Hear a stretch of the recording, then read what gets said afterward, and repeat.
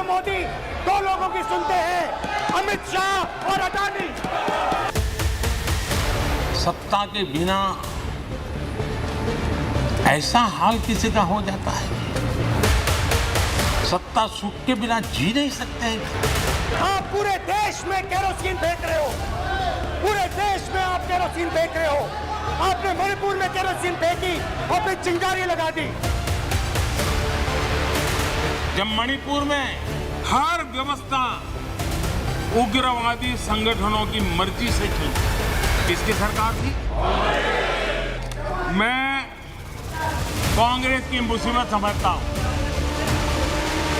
बरसों से एक ही फेल्ड प्रोडक्ट उसको बार बार लॉन्च करते हैं। इस सदन में एक ऐसे नेता है जिनको आज तक 13 बार राजनीति में लॉन्च किया गया और 13 ही बार फेल गए। ये घमंडिया गठबंधन देश में परिवारवाद की राजनीति का सबसे बड़ा प्रतिबिंब है कि विपक्ष के लोगों को एक सीक्रेट वरदान मिला हुआ है। ये लोग जिसका बुरा चाहेंगे उसका भलाई ही होगा।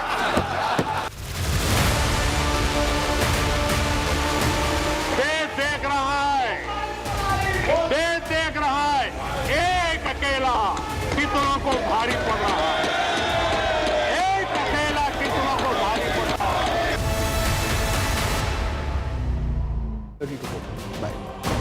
So you start.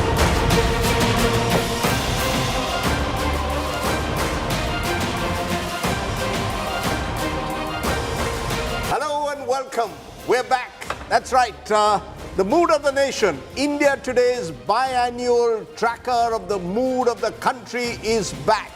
And it is bigger than ever before, or more important than ever before, because this poll done by CVoter comes with less than a year to go for the big general election. So Rahul and I are bringing you the findings that could set the tone for what lies ahead, the battle for 2024. Let's take you through the methodology adopted by CVoter for this Mood of the Nation opinion poll. This is India's #1 political barometer. 25,951 respondents interviewed across all states. An additional sample of 1,34,487 from the CVoter tracking data, which goes on continuously even outside the MOTN exercise. So that's a total sample size of a whopping 1,60,438. The interviews for this poll were conducted between the 15th of July and the 14th of August, and the lead psephologist of CVoter, Yashwant Deshmukh, is with us in the studio. Yashwant, deeply appreciate you taking out time and joining Rajdeep and me here. Raj Chingappa, editorial director, publishing, is with us as well. He and his team have worked on dissecting these numbers, analyzing them. He'll share his insights in just a moment with us. For political perspective on this broadcast, senior Bharatiya Janata Party spokesperson Nalin Kohli squaring off against him. From the Congress, we have Rohan Gupta. We have Ashok Malik, partner at the Asia Group, and we have Rahul Verma from the Center for Policy Research. Okay, over the next couple of hours, we'll be building to the big numbers. Who would win an election if it's held today? But you've got to wait for that because we've got plenty of more data lined up for you. Lots has happened since our last tracker in January, so there's lots to look forward to. The first big number, Rahul, go ahead. Okay, let's track first the performance of the NDA. How many people think the government is doing a good job? What percentage of people think the government isn't doing a good job? At this moment, 59% of the respondents in the Mood of the Nation poll in August 2023 are telling CVoter that they like what the government is doing. 19% say they are dissatisfied. In January this year, 67% of the respondents had said they were satisfied with the government's performance. So from there, it's down to 59%. But if you go back, say, to August 2020 and take a look at the numbers, it's largely been in the 60s, fell in August 21 into the mid-50s, January again, late 50s, 59% follows the rough line. Basically, the key point to look at over there is that there is a 40% gap between those who think the government is doing a good job and those who are dissatisfied. So, Rajdeep, on the first point, it seems people largely seem satisfied with the government. Yashwant, you want to kick off by giving us your initial thoughts? Yes, I mean, over all these years that we have been doing MOTN and the trackers, I think, Rahul, overall satisfaction has been pretty much in sync with the line of the popularity of the Prime Minister and everything in one go, barring that one bump that you have seen, that post-second wave of COVID. That is precisely where we have seen the numbers going down and dissatisfaction going up. But apart from that, it is more or less in the same line. It has gone down slightly bit, and we have seen there is a direct correlation of inflation with that. Whenever the inflation pinches up, these satisfaction numbers slightly come down and dissatisfaction slightly goes. Rajdeep, to keep the needle moving, let's take a look at the biggest achievements and biggest failures of the Modi government. When the question was asked, what do you think of as the biggest achievement of the Modi government? Interestingly, the data seems to suggest that 21% of the respondents felt the handling of the COVID crisis was the number one achievement of the Modi government. This has been the Achilles heels of governments world over, and that seems to come out to be the number one achievement of the Modi government. Coming in at number 2 is the fact that people believe that this is a corruption-free government. At number 3 is the revocation of Article 370. You know, when I look at these early numbers, what it suggests is that there was an inflection point for Prime Minister Modi. The challenge for him was August 2021. That's the one time, Rahul, in the mood of the nation, and we can stretch this back not just to term 2, but term 1, where Prime Minister Modi actually seemed to have a significant dip in popularity. What we've seen now, satisfaction levels have come down from 67 to 58. So there is some cause for worry. However, it is still relatively healthy, doesn't suggest anti-incumbency having set in. Anti-incumbency would set in. Let's look at August, interestingly, 2013 of Manmohan Singh as Prime Minister, when Manmohan Singh's performance was rated below 50%. Prime Minister Modi's performance has been in and around 60%. At its peak, it's gone to 72%. Therefore, when people say COVID is the big achievement, in an ironical way, COVID was Prime Minister Modi's downturn after COVID 2.0, the second wave. But it's also become the tipping point, because once vaccination started in 2022 in particular, the Prime Minister's popularity has risen again. So overall, I think that August was, Rahul, the turning point. Let's take a look at the biggest failures of the Modi government, and I want to bring Raj Chingappa in to talk about this, because when the question is asked about the biggest failures, 25% of the respondents say price rise is the number one failure of the Modi government. Unemployment comes in at 17%. Economic growth, or the perceived lack of economic growth, comes in at 12%. Price rise at 25%, Raj. Is that just an immediate concern, or do you think building up to the 2024 elections, that could become a bigger issue? If you track our polls for the last, say, 6 of them, they show price rise as well as unemployment as the biggest issues, serious issues that are there. What is remarkable, and that's what I think we need to understand, is that normally a government at this stage, in its 10th year, and this kind of economic reaction, dissatisfaction, should have made their numbers plummet, their popularity plummet. Instead, you are seeing that the Modi government's performance ratings are at 59%, down 10%, but still in the 10th year, when, as Rajdeep was saying, anti-incumbency should have set in, and as it happened in Dr. Manmohan Singh's case in 2013, it hasn't happened. So we need to understand the phenomenon that, and let's also not forget that if he calls it the inflection point, there were 3 major crises that happened during this period. COVID itself, the pandemic and the havoc it caused, the economic distress it caused across, and the Ukraine-Russia war, which caused inflation and a shortage of grains. Through this, any other leader would have been, trembling, and the ratings would have fallen. He has held. So the larger point, I think, is that people believe that even though there might have been setbacks during COVID, he is the man for the job. They believe that, he's been sincere, he's tried hard to do what he is doing, and that there is no other alternative to him. That so far, he has handled all these crises well, weathered the storm, and therefore you see the support that the government is getting. Nalin Kohli, And when I I say want to he, talk to Prime you Minister about Modi. the Yeah. most important issues facing this government, issues that people believe will determine voting behavior. 24% said price rise was the number one issue. 24% said unemployment was the number one issue. Poverty came in at 8%. At this moment, the government is trying various things on the issue of onions, tomatoes to bring prices down. How confident are you that building up to the 2024 general elections, that's the big political litmus test, price rise would be a lesser factor? Is that one of the key concerns that you would have while you're strategizing in terms of the BJP's approach for the elections, Mr. Kohli? Thank you, Rahul. I think let me start with a preliminary point. There is a consistent position of popularity of Prime Minister Modi and his government, which broadly is in the late 50s, early 60s, goes up to 72% as per your mood of the nation. Now, interestingly, there are two factors here. There's leadership and performance.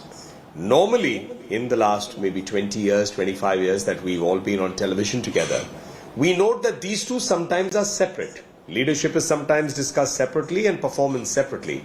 But we have a unique situation since 14, and which is lucky for the BJP and the people of India are voting for that consistently, is that in Prime Minister Modi, you've got the leader who's also a performing leader. His government in terms of it, because it's a Modi-driven government, is clearly a performing government. And it's across. I mean, I can talk of several things, whether the fact that from number 10 in the economy, global economy, we are at 5, whether we are at 50 crore bank accounts almost, Pradhan Mantri Jan Dhan, which is a financial inclusion. Poverty, which is at about 8%, perhaps because 80 crore people still receive free rations every month, which started in COVID but has continued. It's a huge program. Or Ayushman Bharat, probably the biggest insurance-based program for health anywhere in the world. So, I mean, there's so much more I can say for the middle class, others. So let's pause for a minute. Yes, what you're just pointing out, price rise, and then you refer to unemployment. Obviously, these are causes of concern. But is the government working in that direction? Yes. That's the answer. This is not a government abdicating from its responsibility. This is not a government that does not understand that if something is going wrong, we need to find a solution. So it's a government with its ear to the ground. And if you ask me how confident I am, given not just the numbers, but given the performance, given the fact that this government is at it all the time, I think 2024 should, subject to, of course, the voters deciding that, because we are a democracy, should be a smooth walk for the BJP and under Prime Minister Modi's leadership. Rohan Gupta, anti-incumbency is what the opposition has been banking on, an element of fatigue. It doesn't seem to have set in. For all the attempts made by the opposition to raise these issues, it appears that while some of these issues like unemployment and price rise do resonate with voters, they do not translate into any kind of anger against the Modi government. That is very clear. This poll is not showing anger, particularly among those who voted for the BJP in 2019, because you need voters to switch for you to win an election next year. Rajdeep, I'll just remind you a small thing. Since last December 22 till date, there are 4 major state elections happened, and all 4 state BJP was in power. It was Gujarat, it was Himachal, it was MCD. Obviously, Delhi is big, so I'm just considering as a small state, and Karnataka. And all out of these 4 places, now BJP is only in one place, that is Gujarat. So don't you feel that is also mood of the nation? See, I'm not trying to question here the methodology of your poll and all, but we need to see the larger perspective where the nation is moving on. Same Mr. Modi, if you see Karnataka, it was the Mr. Modi's face, the whole election was fought. There was no other issue with BJP. It is only Mr. Modi. If these people are satisfied with Mr. Modi, if price rise and unemployment and poverty are not such big issues, then I think the same should have been resonated in all state elections. The way the polls, other polls, I don't know whether India Today has done poll till date now or not. Chhattisgarh poll or MP poll or, many other polls, they are showing that BJP is again losing them. So I feel that, You're making a very interesting point, which we should take to Ashok Malik and Rahul Verma, because Ashok Malik, there is some disjunction between state poll verdicts that we've seen over the last 6 months and what our mood of the nation is showing. Do you think this reflects what many believe is a voter looking very differently when we ask him questions as to who do you want as your next prime minister, or how do you rate the NDA government in the center, versus how do you rate state governments, including state governments of the BJP?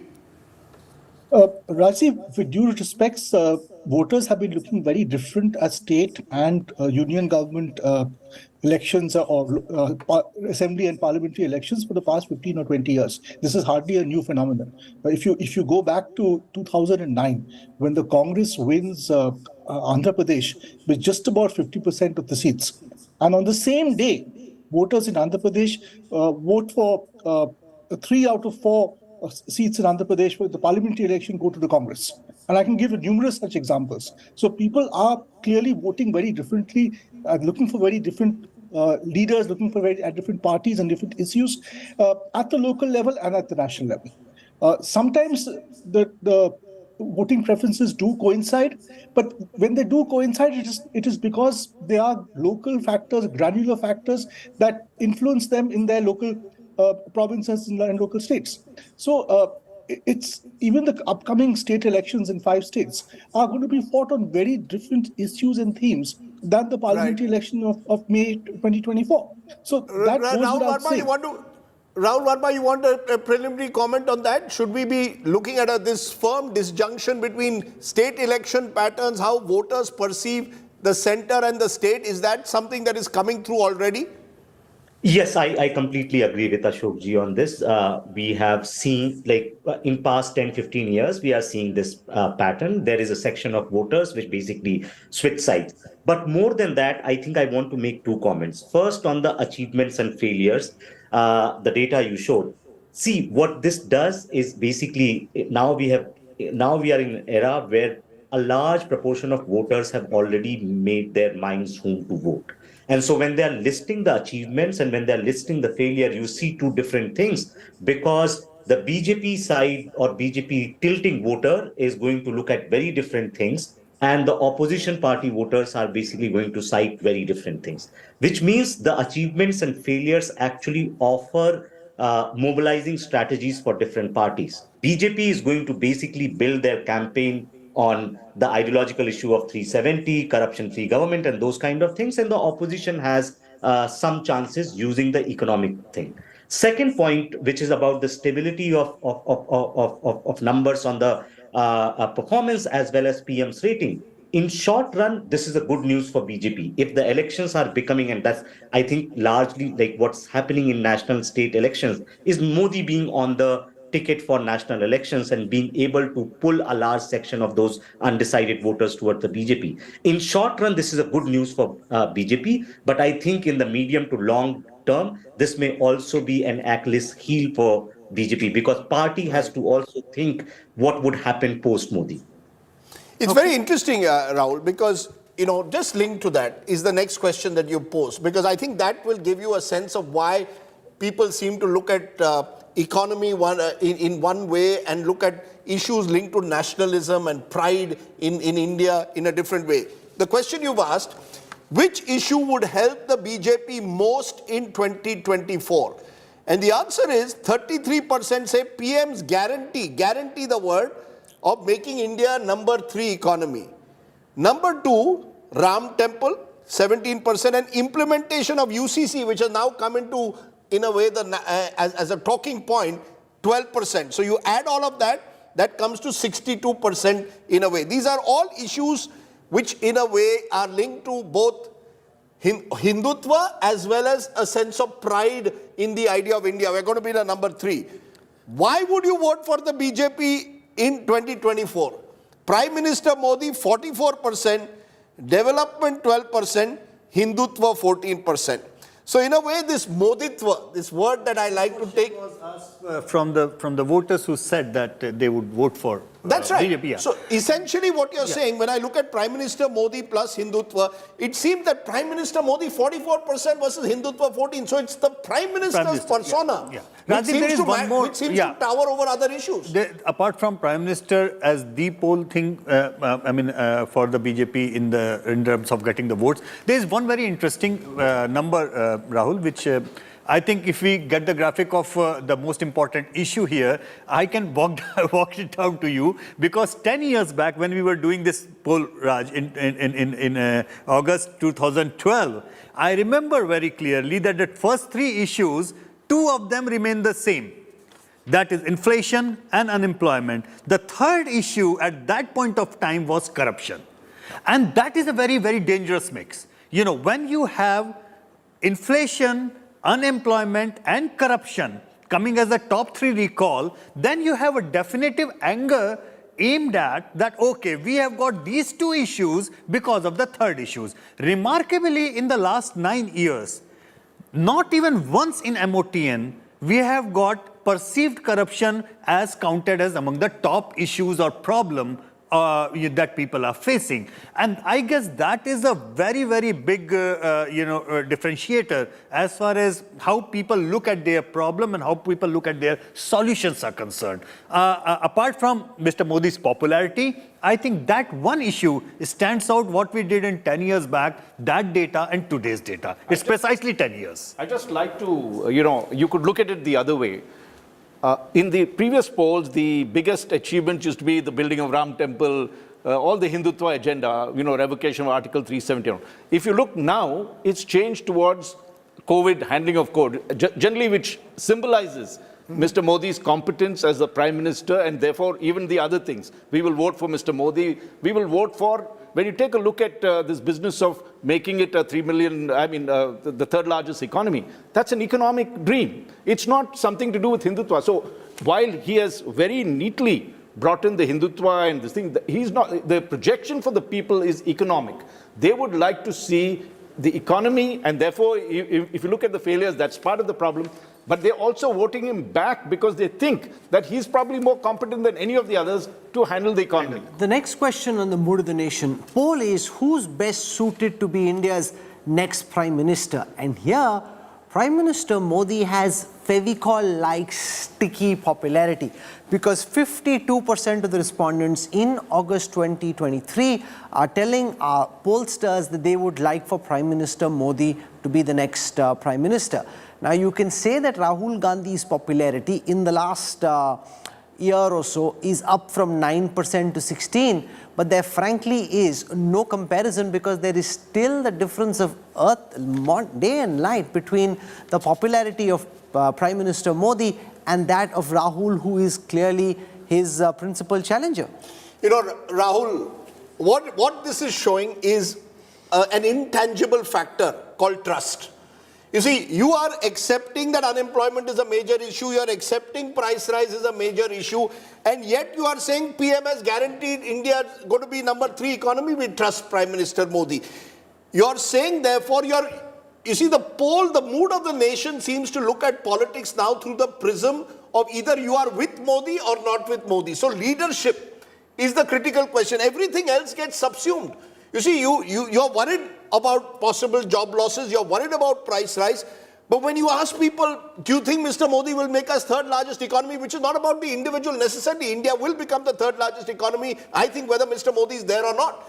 But the truth is, people trust him when he gives a guarantee, and he's clever enough in his Independence Day speech, Meri guarantee hai. Ye Modi ki guarantee hai. So he's personalized everything. He said this first at the inauguration of the Bharat Mandapam, repeated it during Independence Day, and now people seem to think of that as the big catchy idea. Ashok Malik, what do you think of this?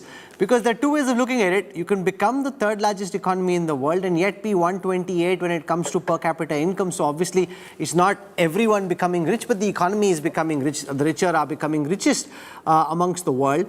And yet, from the voters' perspective, they're really excited, it seems, about the prospect of India becoming the third largest economy in the world. Two points here.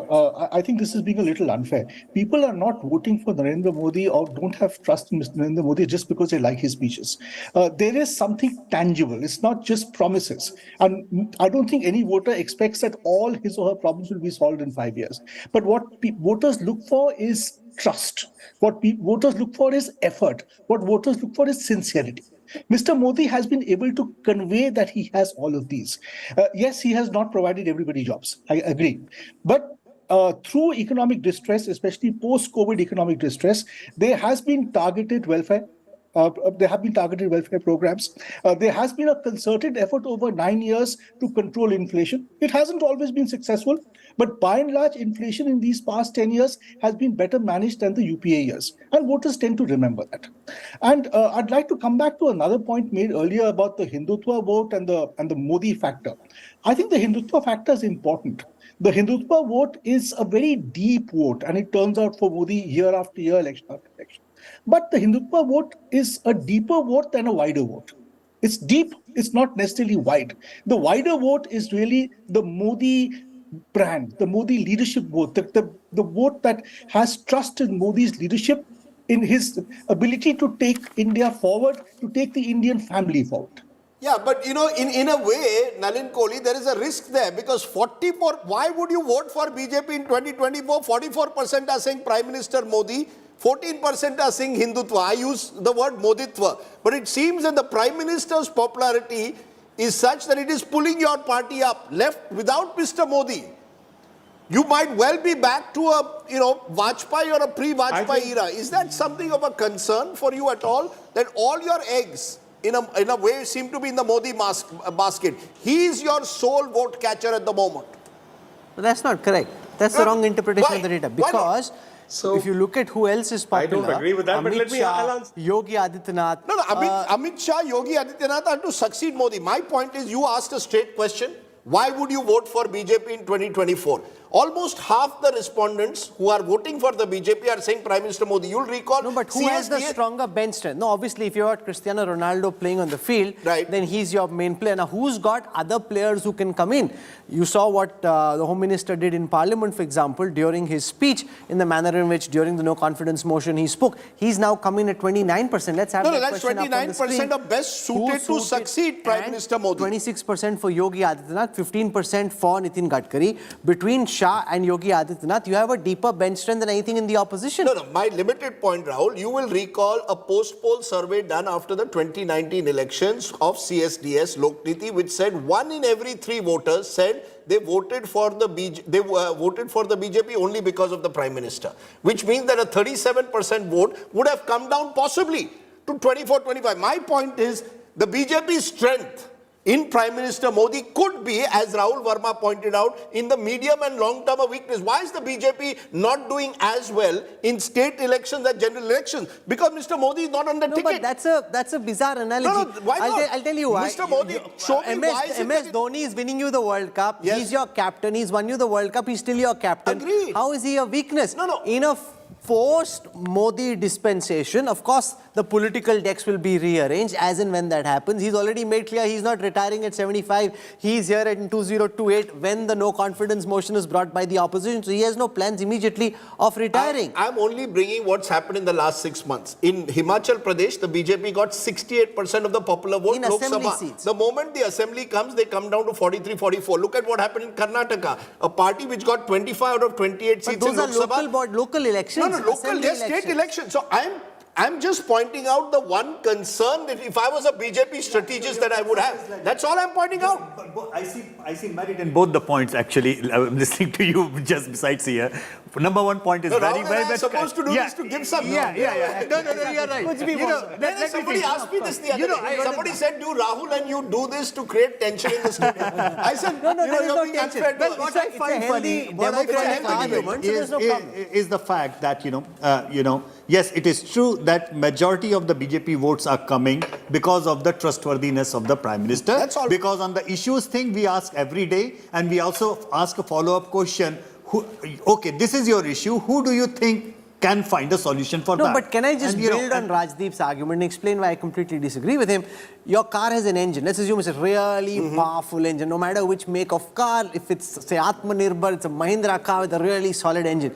You're saying, what if it didn't have this engine? But the engine is in the car. If it didn't have the engine, everything gets rearranged because that car wouldn't be in the race. But the car has this solid engine, and that engine is powering the car to victory. Sure, Rajdeep. but what we are seeing in the last 6 months is when that engine driver is not on the ticket, that same car is beginning to sputter. And remember, we are a country, therefore, that has 29 states. Now there are about more than a dozen states that are ruled by the opposition. Your engine driver is the sole face.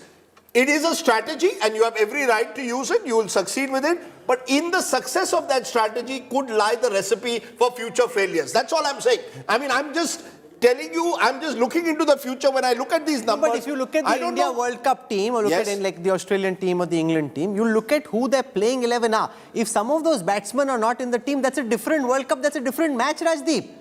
But what happens in the future when, say, someone is not there or something is a different match, it's a different arrangement. This World Cup will be determined by who is in the team in that World Cup. Okay, I'll make, therefore, my final point on this is that it also offers, therefore, as Rahul Verma rightly said, a strategy for the opposition.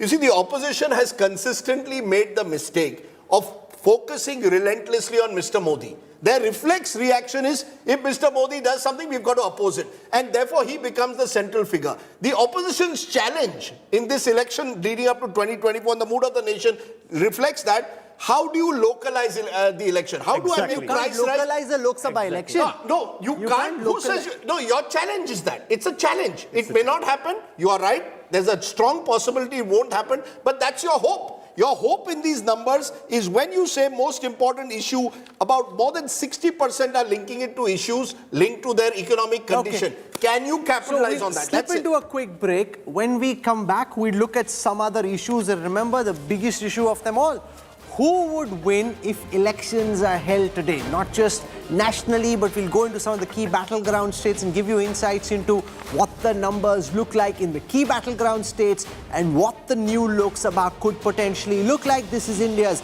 #1 poll barometer, the Indian political stock exchange, the mood of the nation, coming up next on the other side of a quick break.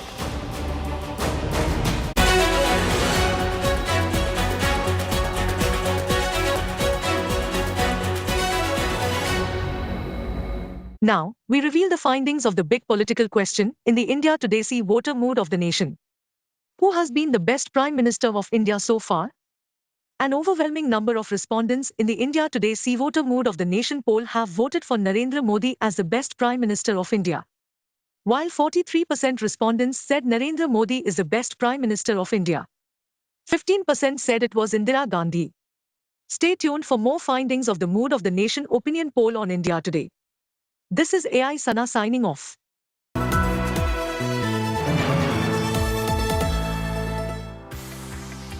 This is a big year for India because of the G20 presidency. The Prime Minister has spoken again and again over the last few weeks about making India the third largest economy in the world and to achieve economic leadership by 2047, because this is India Mission 2047, which is the broad overarching theme of the India at 100 Summit, and looking forward to seeing you in the capital on the 26th of August for the Business Today India at 100 Summit.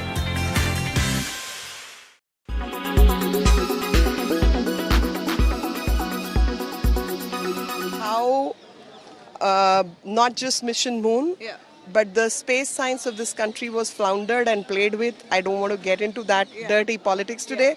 How people try to get benefit out of it, but I think rise above all this. Take pride in being an Indian. All scientists are my scientists.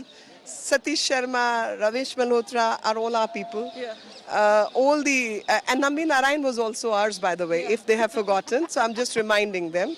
And I think the Prime Minister of this country, who stood by our scientists 4 years ago, when world declared Chandrayaan-2 to be a failure, he not only funded Chandrayaan-3 immediately, rise above petty politics, give credit to Tiranga. एक बात कभी नहीं भूलिए, देश जागता है, जगाने वाला होना चाहिए। और नरेंद्र मोदी जी ने जिस तरह से वैज्ञानिकों को कहा जाओ चंद्रमा पर पहुंचो, मैं तुम्हारे पीछे खड़ा हूं, एक बार असफलता हुई फिर लगो, यही तो भारत है। तो मैं आपसे एक ही शब्द कहूंगा, न्यूक्लियर बम बनाने की तो क्षमता थी, अवसर मिला क्या? मुझे बताइए। अटल जी ने दिया। सेना को सीमा पार जा करके आतंकवादियों के हौसले पस्त करने की क्षमता थी, अवसर किसने दिया? भारत के वैज्ञानिकों में सब क्षमता है, अवसर।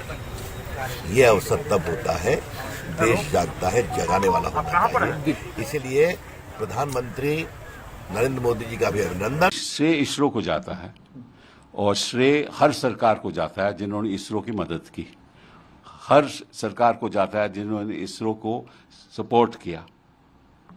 इस सरकार को भी, नेहरू के बाद सब सरकारों को भी, क्योंकि इसरो एक ऐसी संस्था है वो किसी राजनीतिक दल से जुड़ी हुई नहीं है और ना जुड़ना चाहिए।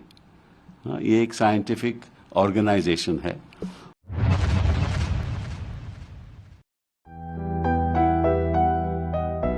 Our approach of one earth, one family, one future is resonating across the globe. This success belongs to all of humanity.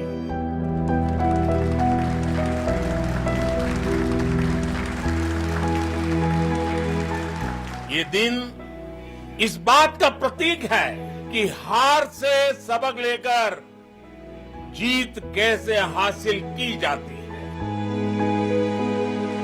जी हाँ, आप अपने स्क्रीन पे देख सकते हैं कि हम लैंडर मॉड्यूल पूरी तरह से सेफली और सॉफ्टली चंद्रमा की सतह पे लैंड हो चुका है। ये हम लोगों के लिए बहुत ही गर्व की बात है।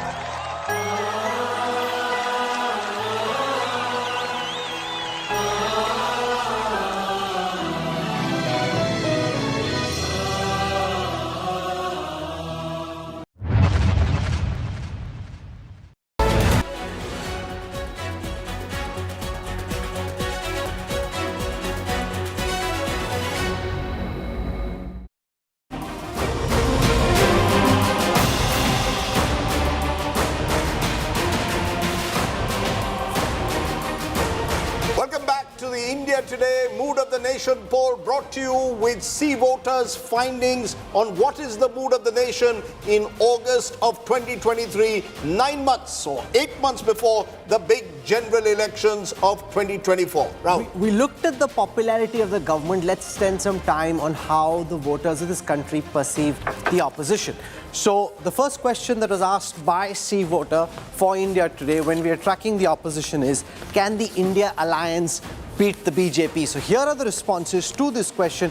Can the India alliance beat the BJP? 33% of the respondents in this Mood of the Nation poll saying that yes, this can happen. 54% saying no, that cannot happen. So 54% of the respondents don't seem to think the India alliance can beat the BJP. After this, let's come to the next question. What's the opinion on the name India? What's your opinion on the name India? Here are the responses to that question. This will fetch additional votes, say 39% of the respondents. Won't fetch votes, say 30% of the respondents. Neither a catchy name nor will it fetch votes, say 18% of the respondents. But there is some traction. You can't take away the fact that India has 39% traction. So it's not a bad idea or a failure. There is some purchase there. Interesting that 39% say this opposition name India will get traction. You could argue what's in a name, but it's a substantial number, you'd think. So clearly, Rahul Verma, a name like India gets traction. It appears at the moment, at least the opposition has got one thing right. They've got a decent name. Yes, Rajdeep, I don't want to disagree on the name, since this is also name of our country. But I think, 2 points. One, people at the end are not going to, they don't vote for alliance. They vote for political parties and candidates. So yes, by getting the name, by getting those two meetings and moving forward, I think opposition parties have done a half a decent chance and perhaps their best efforts in last 9 years. Whether it can actually catapult them to take on BJP and beat them, I think that's too far at the moment. Even the 39% or 40% number you are suggesting, think of it. Basically, what we are getting a divide into 40 to 60 ratio. Even if you look at the question on government performance, you had 60% people who were basically saying BJP has done well, 20% dissatisfied, and 20% no opinion. And so that's what my first point was in the intervention, which is a large portion of people have already made up their mind where they are tilting. And so this 39% who's saying that it's a decent name is largely who are already voting for opposition parties. Perhaps some additional votes from non-aligned and non-identifiers at the moment. Right. If you add the 30% people who said it won't get them vote and 18% it's not a catchy name, that's the 48-50%. Let's look at from there. I take your point. Let's look at best suited to lead India. In January 2022, Rahul Gandhi was at 11%. In August 2023, about 20 months later, he's at 24%. So this is, remember, best suited to lead the opposition. Mamta Banerjee was 17%, went up to 20% in August 2022, is now down to 15%, but she comes in number 2, joint with Mr. Kejriwal, who at his peak in August 2022 was actually twice as much as Rahul Gandhi at 27%. So Rahul Gandhi has doubled in the last 18 months, and even compared to January 2023, he's up from 13% to 2024. And when you are asked the opinion on Rahul Gandhi's disqualification, 31% said fair decision, harsh decision was 21%, politically motivated was 31%. You add the last two, it's about 52%. So Rahul Gandhi, interestingly, within the opposition space, only Rohan Gupta seems to have gained. It's not as if he's gained vis-a-vis Prime Minister Modi. He's only gaining within the opposition. And that builds on what Rahul Verma said, that those who've decided to vote for Mr. Modi and the BJP, they have no time for India or Rahul Gandhi. It's only within the opposition that Rahul Gandhi's traction has increased. I don't agree with this analysis because as we have seen, as I told in my earlier point, that when you look at the state elections, BJP has no other issue than Mr. Modi. They do not have governance issue, so they do not have that performance of the government to be shown. Only thing they fight is either Modi or Hindutva. And in Karnataka, you are also there, Rajdeep. I think they gave it all, everything, Mr. Modi's roadshow, Hindu, Muslim, and after that, also if they lose badly, I think we are missing something very, very huge. We cannot forget that price rise and all these issues are very, very important. We are talking about Rahul Gandhi, Rohan Gupta. Rahul Gandhi's traction has increased within the opposition. I'm coming to Mr. Rahul Gandhi's point. If you see, more than 50% people think that either the decision is harsh or wrong. And after that decision, I think it has really boomeranged on BJP. Rahul Gandhi's image is increasing day by day because people have realized that something wrong has happened to him. And you will see in future that this is whatever gap you are showing. I don't agree if this with huge gap, we wouldn't have won the Congress thinks Rahul Gandhi's graph is on the way up. Now, there are two ways of looking at it. One is that, yes, relative to how low he'd fallen, he's bouncing back. The other is he's coming back to kind of where he was at his peak. So it's not as if he's come close to Prime Minister Modi. He's fallen and he's kind of bounced back to where he was, where he's first amongst the opposition leaders in terms of popularity. But given the fact that the Congress is the only pan-India national opposition party, that really shouldn't even be a question. Well, they think that Rahul Gandhi's numbers are up because the voter tracker has been showing consistently that the numbers are going up. But that's 50% of the numbers that they are trusting. The other half problem is that they are unwilling to accept that, this way up, as you just mentioned, is from the rock bottom where he was 2 years back, where there were 3 opposition leaders scoring more than Rahul Gandhi, And then from there, in Bharat Jodo Yatra, we did a tracker on Bharat Jodo Yatra where it started improving. Post Karnataka, the numbers have also improved further. But it is courtesy, the numbers of Arvind Kejriwal, they are dropping. Numbers of Mamata Banerjee, that is dropping. So others in the India alliance, that is dropping, and Rahul Gandhi is consolidating. That's the fact. But the problem with this entire scene is, this is not going to create much of an electoral impact till the point of time Rahul Gandhi's numbers start increasing at the cost of numbers of Mr. Narendra Modi. That's the issue. Unless because that kind Kejriwal of at thing 27 happens, is an anomaly. electorally Given that his party was only in Delhi and Punjab, he really ought not to have been the #1 opposition leader. The fact that he was suggests how bad Rahul Gandhi's ratings were. Rahul Gandhi's kind of bounced back after falling low. How do you see the Rahul glass, half full or half empty? Before you come, Raj, and you can respond to that, because, you know, India Today had Rahul Gandhi, I remember, on the cover after the December 2018 elections. And, you know, he was seen as suddenly the real game changer. Now what seems to have happened, opinion on Rahul Gandhi after Bharat Jodo. No, I need to go there. Improved is, go ahead. Okay, go with those numbers, because that will give Raj a chance to explain this. Okay, so on the question of the Bharat Jodo Yatra and people's perception of it, has the Bharat Jodo Yatra improved the perception around Rahul Gandhi? Here are the responses in this poll. 44% of the sample said that Rahul Gandhi's perception has improved as a result of the Bharat Jodo Yatra. 33% saying it's the same, 13% say it's worsened. So what's clear as day, Rachingappa, is that the Bharat Jodo Yatra has salvaged a reputation which is pretty much in the political dust. So he's come back to some extent. Now, whether you think he's rising like a phoenix or it'll still just be, you know, a bonsai and won't really become a full big banyan tree, you can play around with different kinds of metaphors and analogies, but that's the reality. You're seeing the glass is half empty or half full? Well, let's look at this way, that, as you rightly said, he was down in the dumps, and he has certainly, very innovatively, let's give him credit for it, and the fact that he walked all this distance across and raised issues of concern to the country. He has, in many senses, matured, reinvented himself, whatever words you'd like to do it. Bharat Jodo Yatra has given Rahul Gandhi the push, and if you'd like to look at it Yashwant's way, it has helped him considerably, whether it has made him challenge Prime Minister Modi or has just overtaken the other opposition leaders. The fact remains, he's now become once again the principal challenger to Prime Minister Narendra Modi when it comes to the opposition putting up a candidate. The other interesting development, and I think you should look at this together, they're not separate. The fact that India as an alliance was formed at the same time, and the Congress allowed this. Normally it was the Congress that said we are not going to be giving our leadership up to any of the other parties. So you now have a very interesting development that has happened, where finally all the big guns of the opposition have got together, whether it is Mamata Banerjee, whether it is Nitish Kumar, who was always on the other camp. In the south, you have Stalin. You have now built up, and in Maharashtra, you have the Shiv Sena coming in. NCP was always there.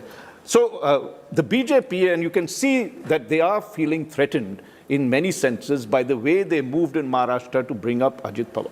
This is not, the numbers may not reflect it, but this is certainly a very important development that has happened. And given that though, Mr. Modi's popularity remains very high, the concerns that Rahul Gandhi... You're saying they're rattled. I could say they're being overcautious. They want to win big, in the way the BJP sees this. Let me just finish. Yeah. The fact is that you have economic concerns as high as that we saw, what we said as the failures of the government that is there. This gives them an opportunity. If the opposition is able to get its act together, has rallying points like price rise, unemployment, I think what the combination of Bharat Jodo Yatra and the Indian alliance now will start beginning to pose a formidable threat to Prime Minister Modi, and therefore the BJP has to be even more careful about how it deals with the next 9 months. It's very interesting. Your Mood of the Nation first half clearly shows Mr. Modi towers over all else. What is interesting now is, for the first time after about, say, at least 24 months, you're seeing Rahul Gandhi emerging as the mascot and the face of the opposition. Only opposition leaders. No, very interestingly, and this is Rahul's performance as opposition leader. 34% saying outstanding, 18% saying good, which is 52%. So clearly something has been done by Rahul Gandhi, maybe because he's been much more... Something was precisely the thing that was required, Rajdeep. People wanted him to walk. People wanted him to go in the field. So People wanted him to work like a leader that a leader is supposed to do. Rahul Gandhi had taken a kind of a voluntary sannyas for almost like 2.5 years. So his numbers just plummeted in the tracker as well. But the moment he started going into the moment he started his Bharat Jodo Yatra, the moment he entered Karnataka, and that kind of consolidated the warring factions of Siddaramaiah and D.K. Shivakumar, that resulted in Karnataka so Rahul victory. Verma, he seems to be doing enough to be leader of the opposition, but nowhere close to doing enough to be able to actually challenge Prime Minister Modi. And to add to what Rahul says here, Rahul Verma, there will be those within the BJP who will say, bring it on. Because they seem to believe that he is their perfect enemy. That if we can make this election, if the opposition wants, about Modi versus Rahul, we are ready for it. Do you believe that the opposition should be looking at these numbers and saying, okay, Rahul Gandhi will be our face. They are meeting next week in Mumbai. Should they be saying that they will have a face, or should they be very cautious and do what I seem to believe is the way forward for them, which is localize the elections? Which way should they go?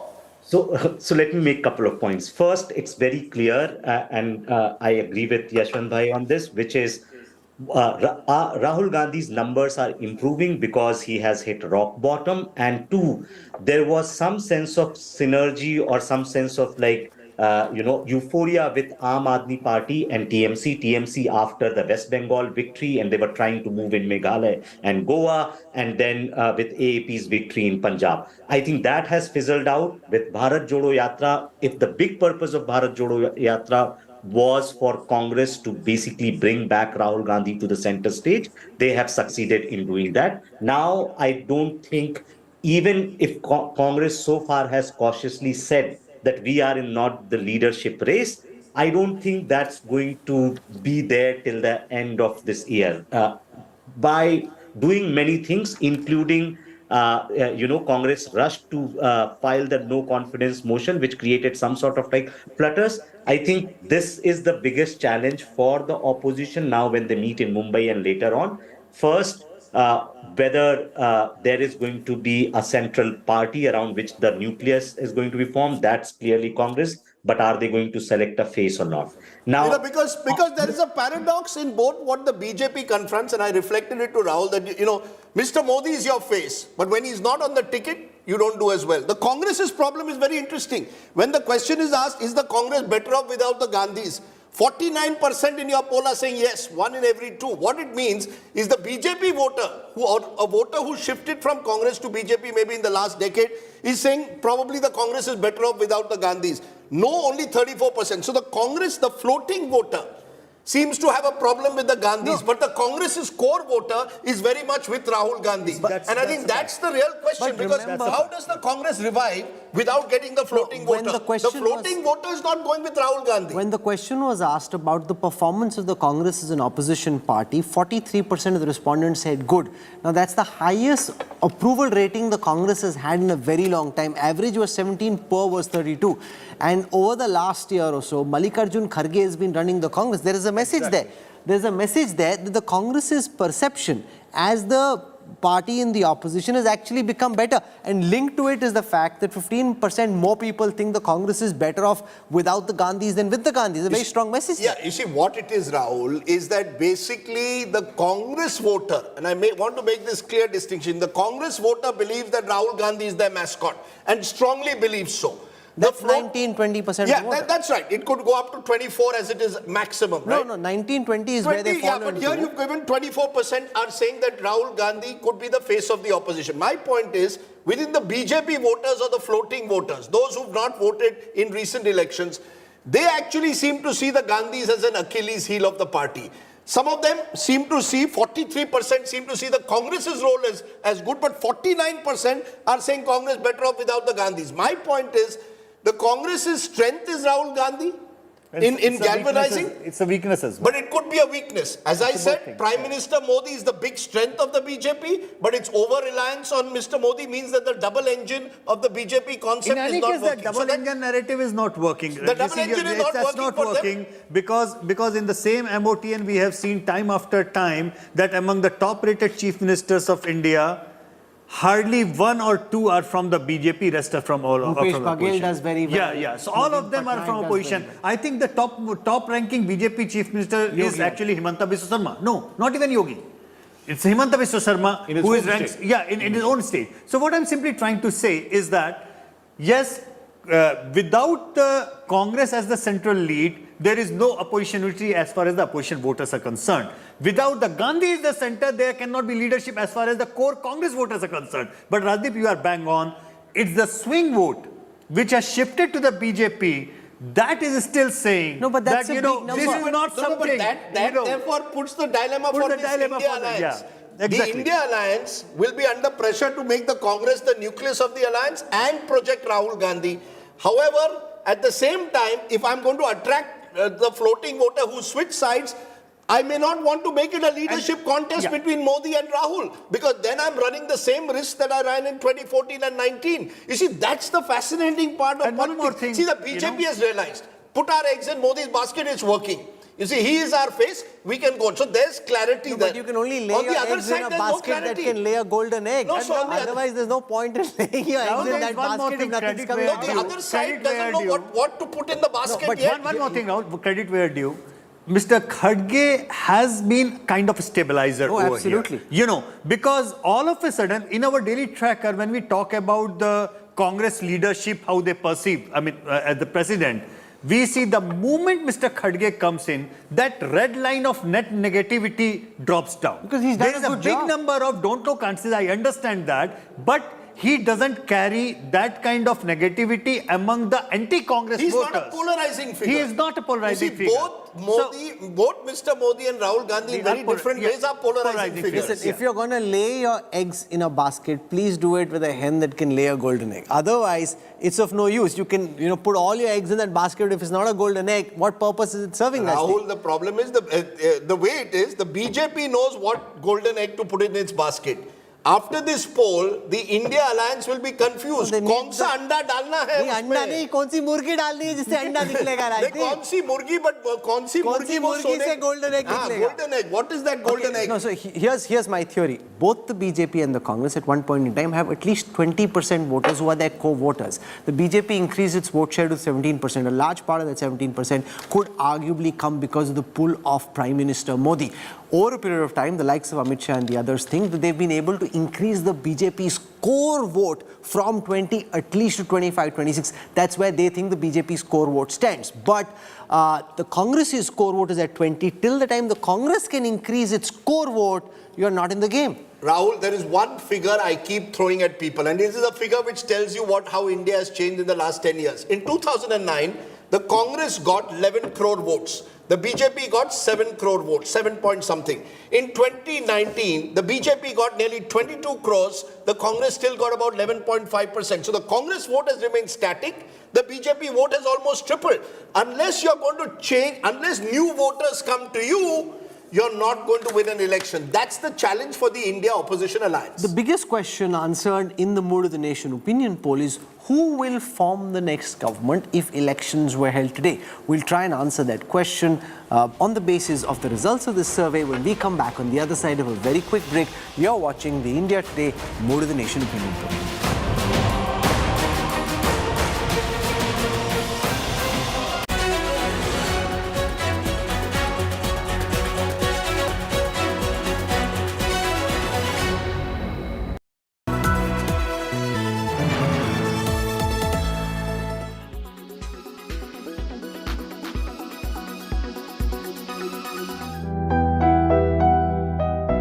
Our approach of one earth, one family, one future is resonating across the globe.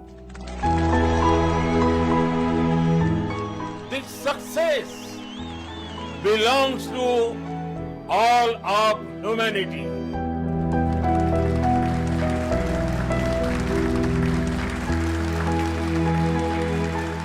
ये दिन इस बात का प्रतीक है कि हार से सबक लेकर जीत कैसे हासिल की जाती है। जी हाँ, आप अपने स्क्रीन पे देख सकते हैं कि हम लैंडर मॉड्यूल पूरी तरह से सेफली और सॉफ्टली चंद्रमा की सतह पे लैंड हो चुका है। ये हम लोगों के लिए बहुत ही गर्व की बात है।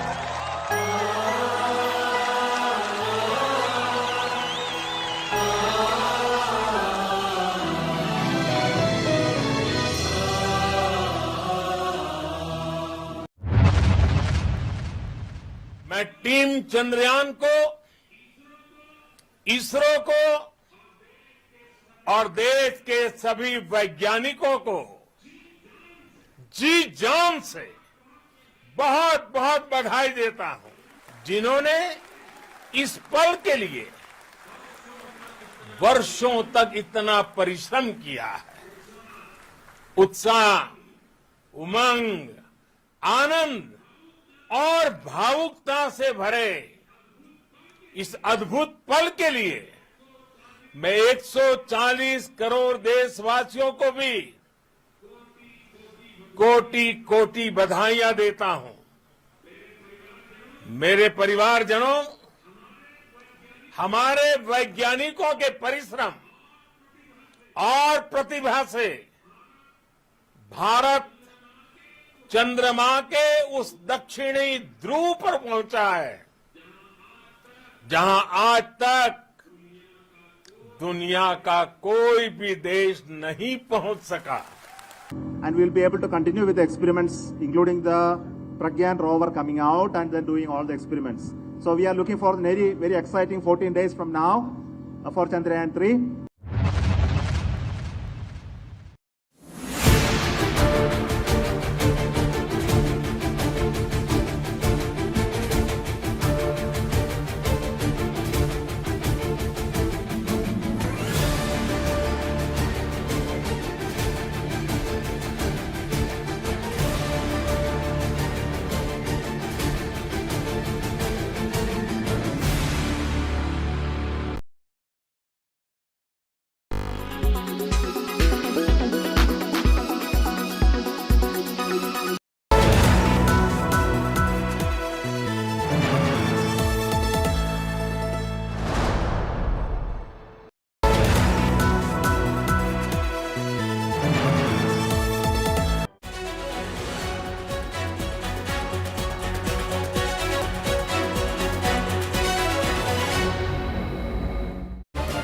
Welcome back. You are with the mood of the nation. India Today's biannual tracker brought to you by CVoter. All the big numbers. Who will win elections?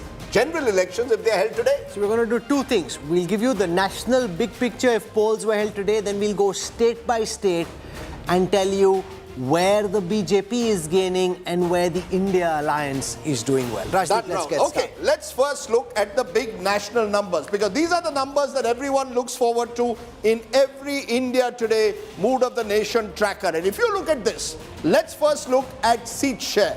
How would these parties, and we are looking first at alliances here, how would the alliances fare if elections were held today in August 2023? As per the Mood of the Nation brought to you by CVoter, if elections were held today, the NDA would be at 306 seats. The India Alliance, and this is the opposition India Alliance as it stands today, is at 193. Others are at 44. So once again, if elections are held today, Prime Minister Modi's led NDA is poised for a hat-trick. As per the India Today Mood of the Nation, a hat-trick for the Prime Minister. The only one who's done that before was Jawaharlal Nehru, 52, 57 and 62. Let's look at vote share, because this is also telling you an interesting story. How is this translating into vote share at the moment? As per the Mood of the Nation poll, in August 2023, the NDA would be at 43%, India at 41%, just 2% within the margin of error, others 16%. Clearly, therefore, in terms of vote share, the gap has narrowed, but the NDA still seems to have the capacity to translate that 43% into a comfortable victory at the moment. Yashwant, you want to explain that? The vote share of the two sides has closed in, but in terms of seats, there's a substantial over 100 seats gap. That is largely because, Rajdeep, in different states, the gaps are very, very different. Particularly for the movement states between the Congress and the BJP, the gap is almost like 15 to 20%, and similarly the other way around. So what is happening here, that this opposition India alliance 41% includes a lot many votes of the completely contradictory vote bank. For example, in Kerala, the India alliance vote share would be 81%. Counted as one, while we know for sure it is a battle of left front versus the Congress. Similarly, in West Bengal, all the left votes are counted into the India alliance. Obviously, they are not fighting with BJP, they are fighting with Mamata Banerjee. So, on the whole of it, on the face of it, it looks like, yes, it is very, very close. But when you take this contradictory vote share separate, then you will figure out it is not a 1 or 2% gap, but actually about 5% gap on the all India scale, and in different states, it is going to be a different kind of sweeps in altogether vote share. We've looked at the NDA numbers. Let's spend a moment on the BJP's numbers. We'll start with seat share. CVoter projects for India Today that if polls were held today, the Bharatiya Janata Party by itself will be able to cross the majority mark. CVoters projecting 287 seats for the BJP as a standalone political unit. In the last poll, this number was at 284. It's fallen as much as to 269, which is in 2021, which is below the 272 mark. The Congress goes up to 74. So while the party had come down to 51 seats in January 2021, they've now gone up to 74 seats. Relative to how low they'd fallen, they've bounced back just a bit, but not very much. Others are at 182. More importantly, because that is really where you pick up the trend, let's take a look at vote share. We were just discussing how the BJP had about a 37% vote share in the Lok Sabha elections of 2019. From there, very significantly, and remember, these are votes all across the country. So even a small decimal percentage change here is difficult to engineer. CVoter at this moment is projecting for the India Today group that the Bharatiya Janata Party will increase its vote share from the last Lok Sabha election by 2 percentage points.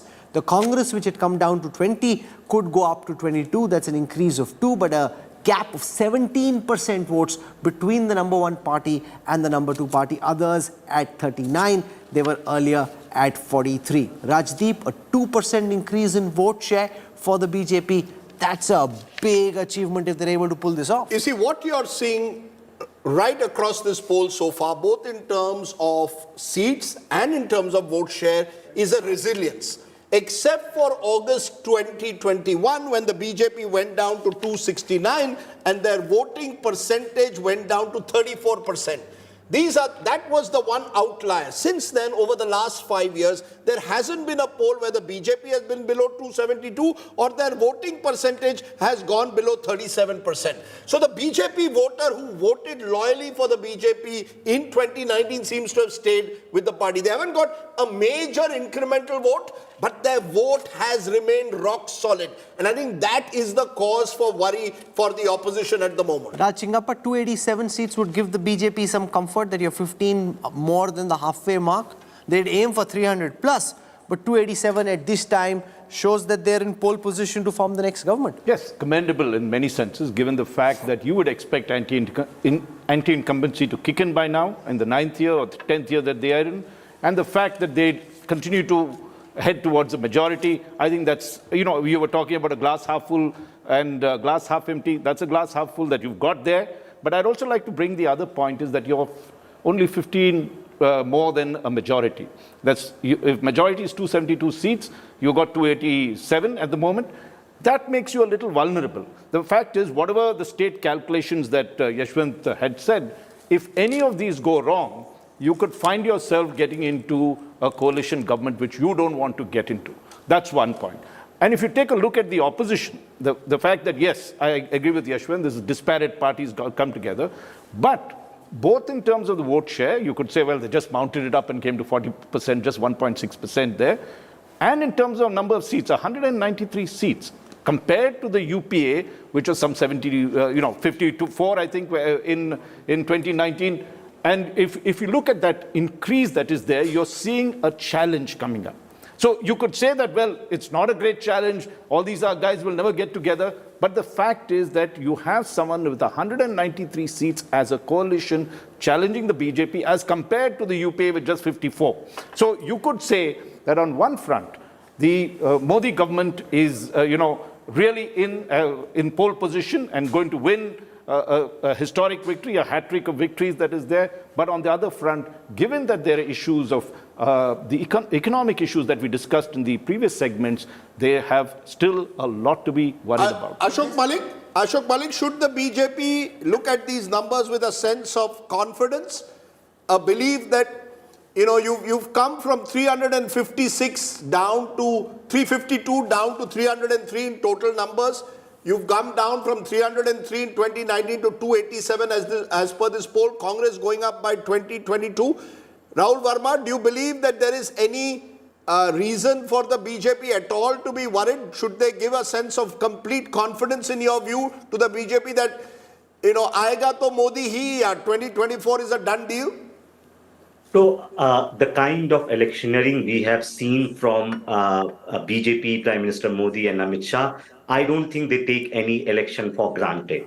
So yes, these numbers may give them a sense of relief, but they are going to fight 2024 as to even improve their 2019 performance. I'm not saying that it's easy for them to do, and they are definitely not going to sit back and say, oh, now we are in 280 range and we are comfortably winning this election. So, polls project one thing, but as Raj was also pointing out, that as BJP also knows that there is an opposition alliance building up, and it can basically take things away from them. They don't want to lose too many seats or too many states, because then it will become difficult to govern. Even if they are close to majority, cross to 50, BJP would actually like to touch their 2019 performance or improve it. I don't think they are going to sit back and relax. Let's take a look at the people's perception about the performance of Prime Minister Modi. This is not about his government, this is about the individual. How do people assess the performance of Prime Minister Modi?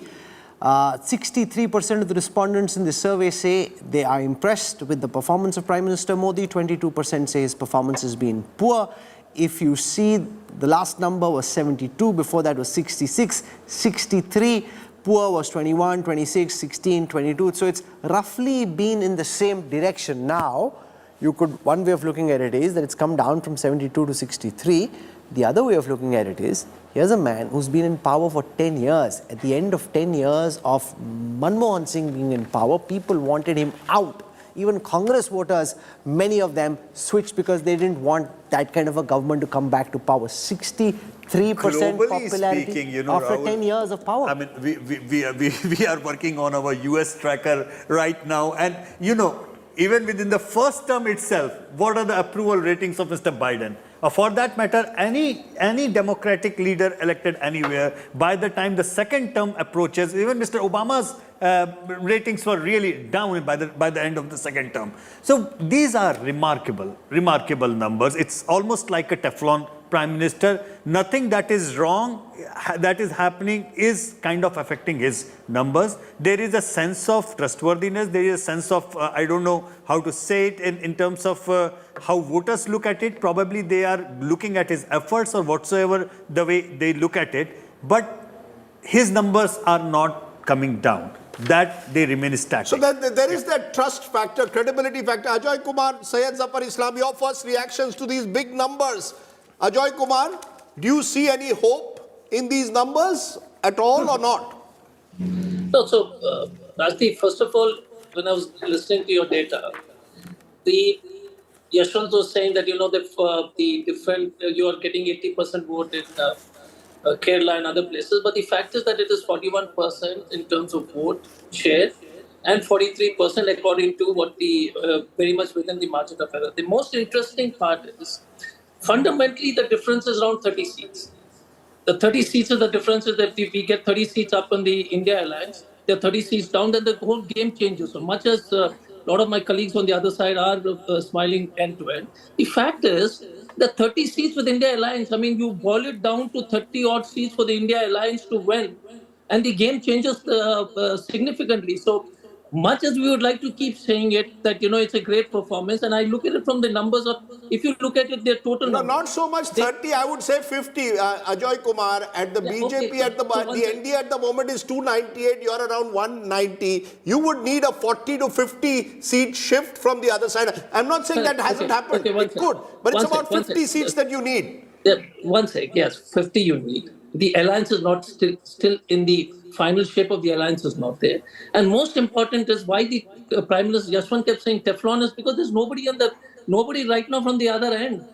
We are very clear that the election in India is fought at every parliamentary seat. It's not like the last elections. And Karnataka was a good example. I kept saying that I went to a lot of your shows and all that, and look at the previous reports of Karnataka before the actual election happened. Even the five-state election, if there's 5-0 to BJP, if there's 5 to India and 0 to BJP, then it changes the equation. So I'm saying it's a good news for the India Alliance. Okay, you say it's good news for the India Alliance. Zafar Islam, let him now respond. Zafar Islam, how do you see it? Are you confident, or is there a worry that there are certain critical states, and we'll come to those states, if the numbers go wrong in even 3 or 4 of those states, the BJP could be struggling to get a majority on its own? Well, Rajdeep, we are absolutely confident of our victory in 2024. There are many reasons, but one of the reasons is that the people repose confidence in Honorable Prime Minister time and again. Every survey suggests that there is only one tall leader and there is no anti-incumbency, it's only pro-incumbency for the Honorable Prime Minister. Having said that, the number which has been projected by the C survey is 287. It will be a hat-trick for the Honorable Prime Minister, 3rd time in a row, and it will also create history. And secondly, everything will be in 300, we would like to see that at least the number is 300 plus, and at least 3 seats more than what we had won last time. So it will be 309 is something which BJP will win in 2024, is something which we perceive that the people's, based on people's response and all the survey, what we are getting done time and again. Okay. As far as NDA is concerned, you are projecting only few seats for NDA partners, but there are many NDA partners who are quite competent and to win at least 10 seats each or 15 seats each. And we have demonstrated in the past that whoever party has come with us and aligned with had alliance with us, they have won 15, 17, and 22 seats as well. So NDA partners will also show very good performance. No, who is that one? Jafar Islam, who is that one NDA partner that will get 15 seats? 1 minute. You see, this seems to be, unlike in 2019, this seems to be a BJP-centric alliance. Who is that one NDA alliance who can get 15 to 20 seats according to you? Let me tell you. Give me one. Yes. So let me give you an example. For instance, in Maharashtra, earlier it was Shiv Sena and us. Now BJP plus NDA alliance, whether Shiv Sena, Shinde group and Ajit Pawar group put together, will definitely demonstrate the similar kind of performance which we have seen in 2019. Okay, so you're saying that they will be together, they'll be 20. Okay, Rahul, why don't you give us those numbers? Let's now come to what is, to my mind, the most interesting part of the mood of the nation. Because the big picture national tally you look at is really the sum of what's happening in our states. So for a moment, let me take you on a trip across India as we will look at the states where the NDA is gaining and the states where the India Alliance is doing well. This is where the poll gets really exciting because we have polled in every single state. 160,000 respondents across all key Indian states. So you have a reasonable sense of what's happening in the states. So just come with me and let's go on this tour. I will start first with the state of Maharashtra. This is where the big change happened. After the change, let's take a look at the new numbers. The India Alliance, according to this poll, projected to get 28 seats. The NDA 20, 45% of the vote share for the India Alliance, 40% of the vote share for the Congress. So what you're saying, Yashwant, in Maharashtra is despite what has happened so far, you believe that the India alliance could do better than the BJP, despite them having Shinde and them having Ajit Pawar on their side? Well, it's arithmetically, absolutely, you are right. We have been maintaining it all along, Rahul, that this part of the arithmetics is actually way higher than this part of the arithmetic. Yes, there is a slight difference, but not that big a difference at this point of time that we can say this can overtake. So what Zafar Bhai is saying that, this is going to be 20 seats for their alliance partners. I'm sorry, at this point of time, it is in totality in 20 seats. So Rajdeep's question is very valid. 15 seats for one partner is possible with only one partner who is still not a partner, that is the TDP. Beyond that, no other NDA alliance partner has the capacity to get 15 seats on his own at this point of time. Maharashtra, Rahul, just one quick point. I think what you're seeing in Maharashtra, this is the sense I get from the ground, the chemistry is with the opposition. Because there is a genuine feeling that the manner in which things have gone, parties have been broken, has led to the core votes of those parties, particularly the Shiv Sena, consolidating around the original Shiv Sena, if you want to call it that, i.e. the Uddhav Sena. That's the sense one picks up from the ground. However, by breaking both the Shiv Sena and the NCP, what could have been an overwhelming advantage to the opposition is now a reduced one. Now it's anyone's game. It's game on in Maharashtra. 28-20, 4 seats could go either way. Can I please point out a deficiency in this survey in the manner in which the poll is conducted? Because what Yashwant and his team ask respondents is, who will you vote for? So they give you the name of a party. As you aggregate the names of the parties, you come to that number 45. Now imagine in a real situation, take any seat of Maharashtra, if there is a Shiv Sena voter, will he vote for a Congress? Will he vote for a Congress, Sharad Pawar candidate, or would he say, inse achhe to BJP hai, I'd rather vote for the BJP? So while this 45% may be the correct number, as the seats get announced, the dynamics on the states change, because elections are not just about arithmetic, they're also about chemistry. I'll tell you, Rajdeep, like a Muslim or a Congress voter may go and vote for the Uddhav Thackeray Sena. Will an Uddhav Thackeray Sena voter vote for the Congress? It is very difficult, therefore I know. So that's where chemistry gets in. I don't want to be in Yashwant's shoes. It's a difficult state. My only limited point, the numbers, I have to only go by your mood of the nation. The BJP won 42 out of 48 seats, NDA won 42 out of 48 in 2019. As per your poll, I can only go by your poll, it is down to 20. It is a loss of 22. This is, to my mind, as of today, still the most significant loss that they are suffering in any other part of the country. That's all I can say. True, but because the candidates haven't been announced. What happened in Uttar Pradesh? When you look at SP and the BSP together, and you ask them arithmetically, the SP voters went to BSP, but the BSP voters did not go to SP. That alliance looks untouchable. The moment you ask a BSP voter, now some people allege sabotage, will that voter go and vote for the SP? Many didn't. Some Samajwadi Party voters did go and vote for the BSP. You are right, but at the end of the day, my friend, I have to go by Yashwant's numbers. And there are Yashwant's numbers are showing the BJP, even after breaking Shiv Sena and NCP, is half of where they were in Lok Sabha 2019. That's all I can say. Fair enough. So there are two problems, Rahul, where you are pointing out, not just one. I see there is a distinct problem of, first of all, there is no problem, as you said, Congress or the Muslim voters voting for a Uddhav Thackeray candidate, because they will vote to defeat the BJP candidate. But I sense a problem of the traditional Shiv Sena voter, where the Uddhav Thackeray candidate is not there, they are unlikely to vote for the Congress or the NCP candidate. Which doesn't get captured in your poll, because when you're asking them who will you vote for, he's saying I'll vote for Uddhav Thackeray. Now when he has to vote for Uddhav Thackeray, when there's no Uddhav Thackeray on the ticket and there's a Congress candidate, will he vote for the Congress or will he say will get factored in only when we know the ticket distribution. Similarly, there is another problem, Rahul, that is, a BJP traditional voter is unlikely to vote for Ajit Pawar candidate. True. Similarly, exactly the same. So Maharashtra equation is very tricky. We will actually get to know. Right now it is arithmetic, Rajdeep.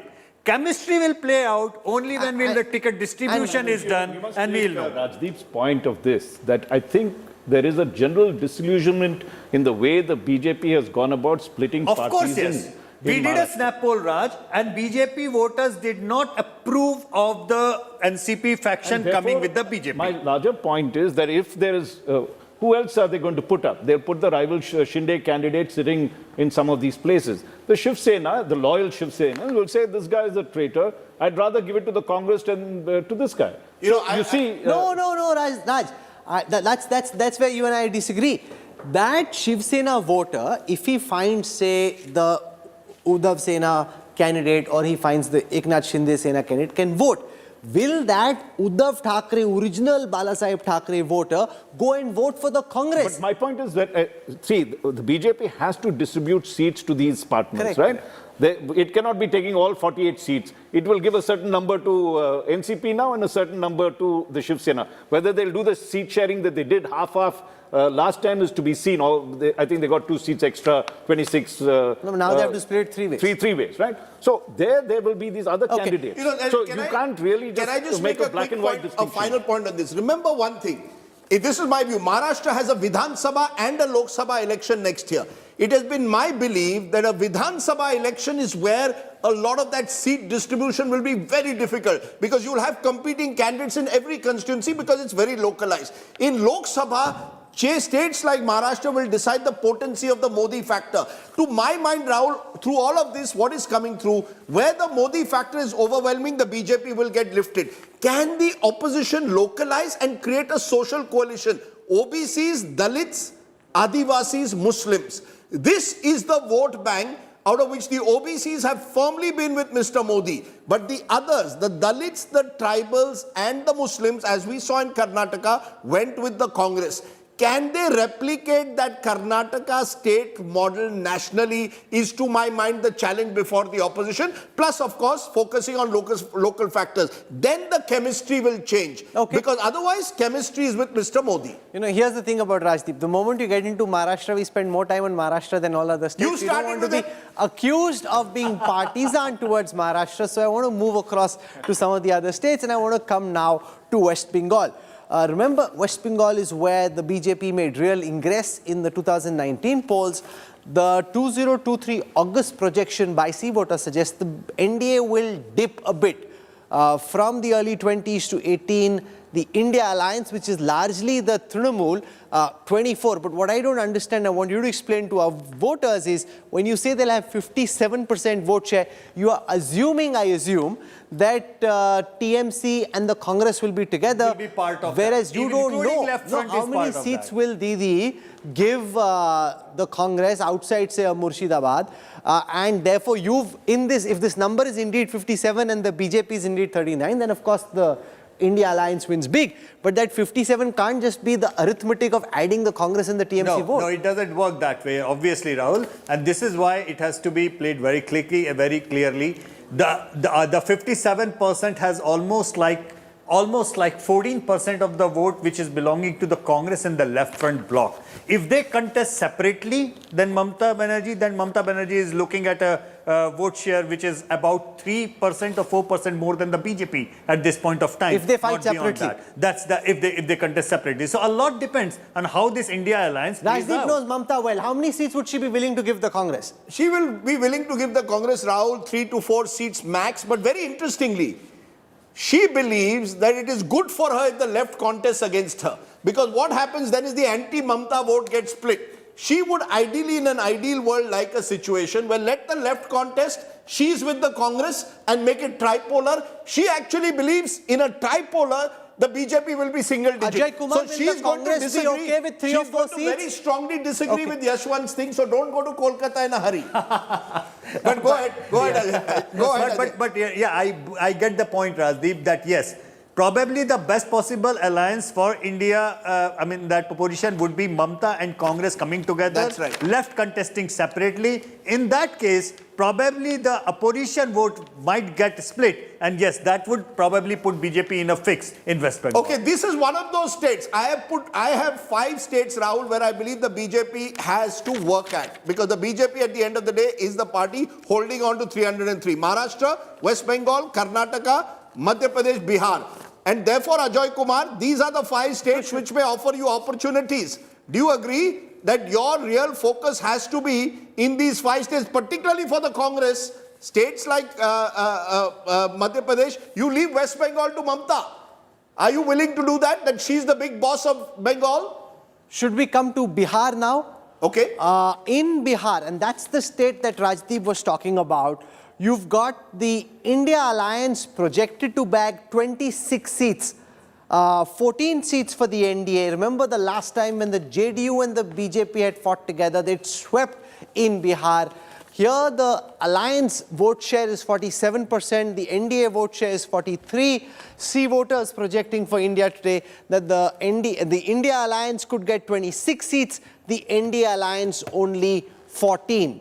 Yashwant, do you want to explain your numbers for Bihar, where Nitish Kumar's own popularity seems to be down? It is shrinking by the day. Let me put it this way. On our tracker, Nitish Kumar's personal popularity is shrinking by the day, and that would create a huge headache for the India Alliance if they really do not work on that. Having said that, again, Bihar has been a question of arithmetic, caste combinations, the pure caste-based arithmetic. And that is where, at this point of time, I think JDU and RJD alliance gains a lot, has a lot to say. These numbers, this is the interesting, you're absolutely right. The fascinating part of this mood of the nation is actually when you break it down into states like you are. And my belief is in Maharashtra, the arithmetic is closing in, the chemistry is with the opposition. In Bihar, it's the reverse. While the chemistry, while the arithmetic may be with the Lalu Prasad, Nitish Kumar and Congress alliance, the chemistry may well be on the other side. Because, people have seen Nitish Kumar make all these various high jumps, triple jumps that he's done, and his own vote, by every indication, is shrinking. So you've got a very strange situation, and these are states where the BJP has much to lose. They swept this, 39 out of 40 last time, lost just 1 seat. Now you've got Maharashtra where you are 42 out of 48. The BJP can only go down. When you break it down into states, opportunities emerge for the opposition. But whenever the BJP is typically done well, they've had somebody else on the ticket doing a part of the heavy lifting. This time, they will have to do the majority of the heavy lifting themselves, and the alliance partners, they have the likes of Chirag Paswan and the others, are much smaller parties. But Rahul, remember they did it in Uttar Pradesh last time? I'm talking about Yeah, Bihar. but they did it in UP. So if they can do what they did, Bihar is tougher for the BJP than UP traditionally. I'll just add one point to that, and maybe Yashwant, you could come in. I think the Tejasvi factor is going to be a major player. Now, here is a leader that is the future for Bihar. And Nitish has. So whatever downslide that Nitish may have, Kumar in his popularity, Tejasvi is going to pick that up. There's no alternative to BJP leader. You're right. In our Bihar tracker, for some time, Tejasvi Yadav's numbers are ranking at #1 as the chief ministerial choice over there. He is clearly gaining a lot of traction. Assembly election but for the assembly election. Correct. So that is where my doubts are, that whether this entire, game of opposition in Bihar, when in terms of Lok Sabha election voting behavior, by the time elections approach, can they hold on to this kind of thing, or whether this anti-incumbency will seep in so much that NDA might benefit out of that by the time Lok Sabha happens? The biggest and the most important state in the Indian political context is the heartland state of Uttar Pradesh. The BJP won big in 2014, repeated it, winning almost as big in 2019. What will happen in Uttar Pradesh in the 2024 Lok Sabha elections? Will the Modi-Yogi double engine be able to deliver a big victory, or are those margins under threat? We'll get you the results of that key battleground stage, which really sets whatever ends up happening across the country. So we'll return on the other side of a break, and we'll get you the numbers for Uttar Pradesh and all the other states.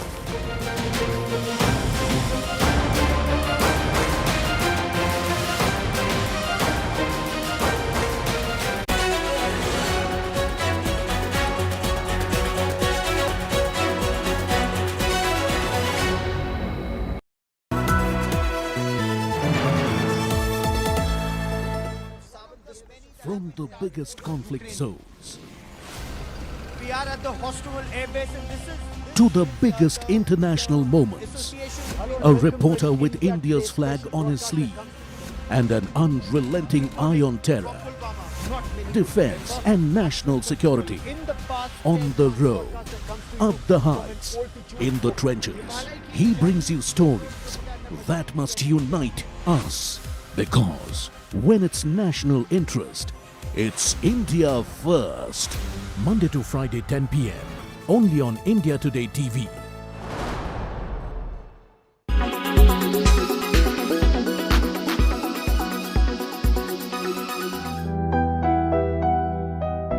Our approach of one earth, one family, one future is resonating across the globe.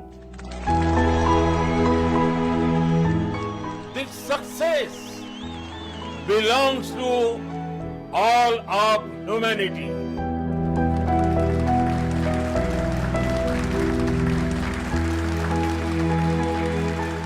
ये दिन इस बात का प्रतीक है कि हार से सबक लेकर जीत कैसे हासिल की जाती है। जी हाँ, आप अपने स्क्रीन पे देख सकते हैं कि हम लैंडर मॉड्यूल पूरी तरह से सेफली और सॉफ्टली चंद्रमा की सतह पे लैंड हो चुका है। ये हम लोगों के लिए बहुत ही गर्व की बात है।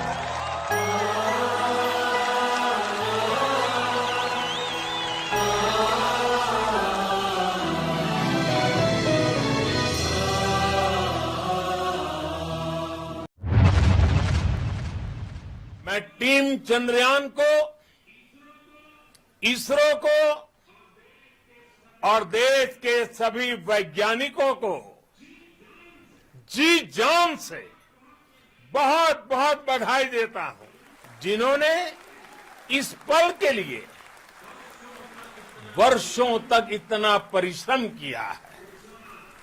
उत्साह, उमंग, आनंद और भावुकता से भरे इस अद्भुत पल के लिए मैं 140 करोड़ देशवासियों को भी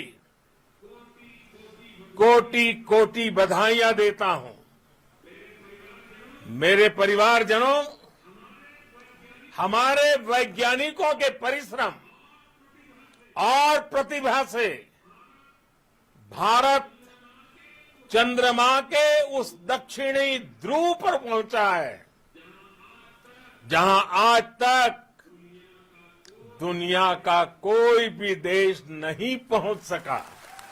And we will be able to continue with the experiments, including the Pragyan rover coming out and then doing all the experiments. So we are looking for very, very exciting 14 days from now for Chandrayaan-3.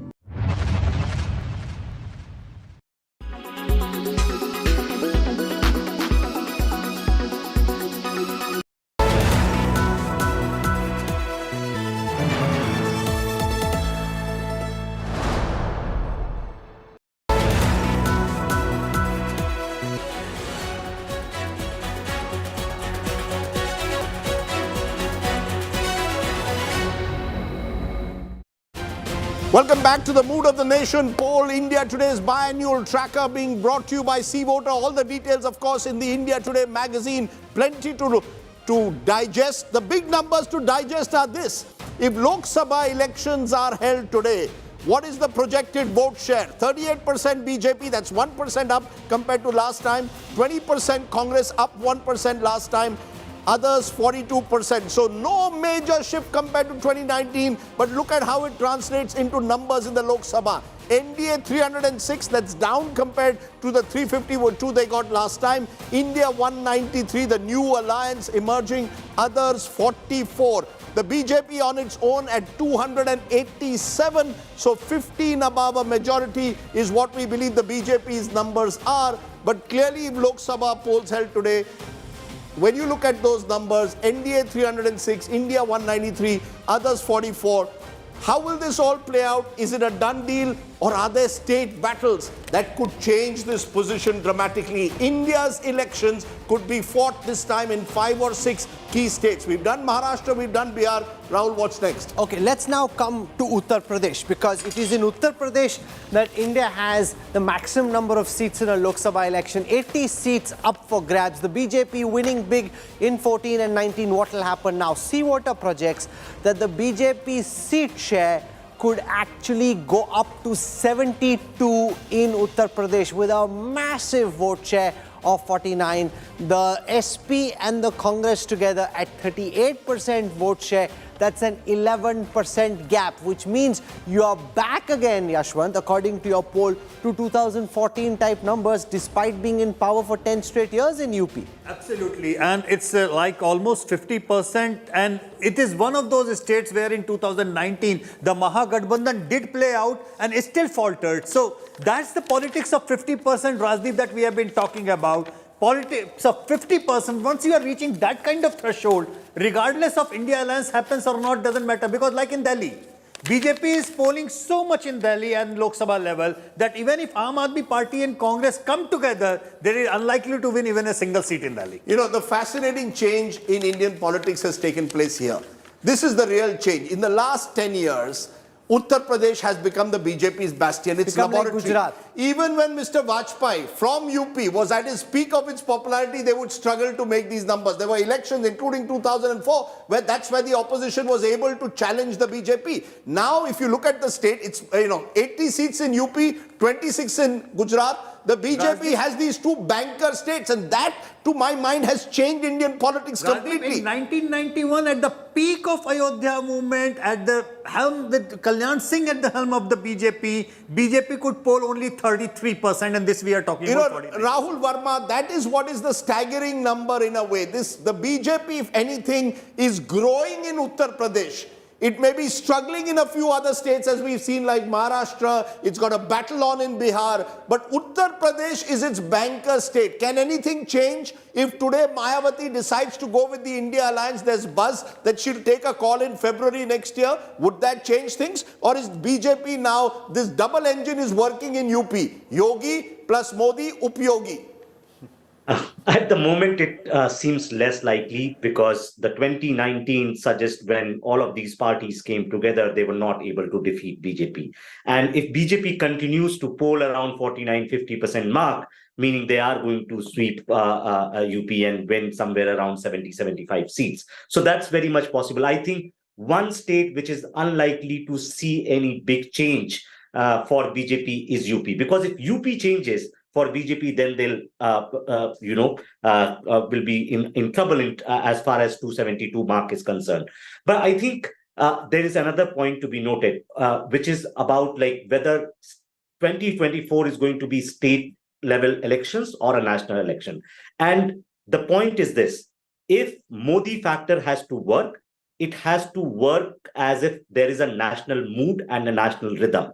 Because these two things, if they don't go together, then it won't happen, right? And BJP will try to make sure that Lok Sabha elections are fought like Lok Sabha elections, not like state elections as they used to happen in 1990s and early 2000s. And so Modi factor also critically depends on national Lok Sabha elections becoming national in character. And then what you are seeing even in tough states like... Let's now come to Karnataka. Karnataka is a state that saw a handsome Congress victory in the assembly elections recently. What might happen if Lok Sabha elections are held there?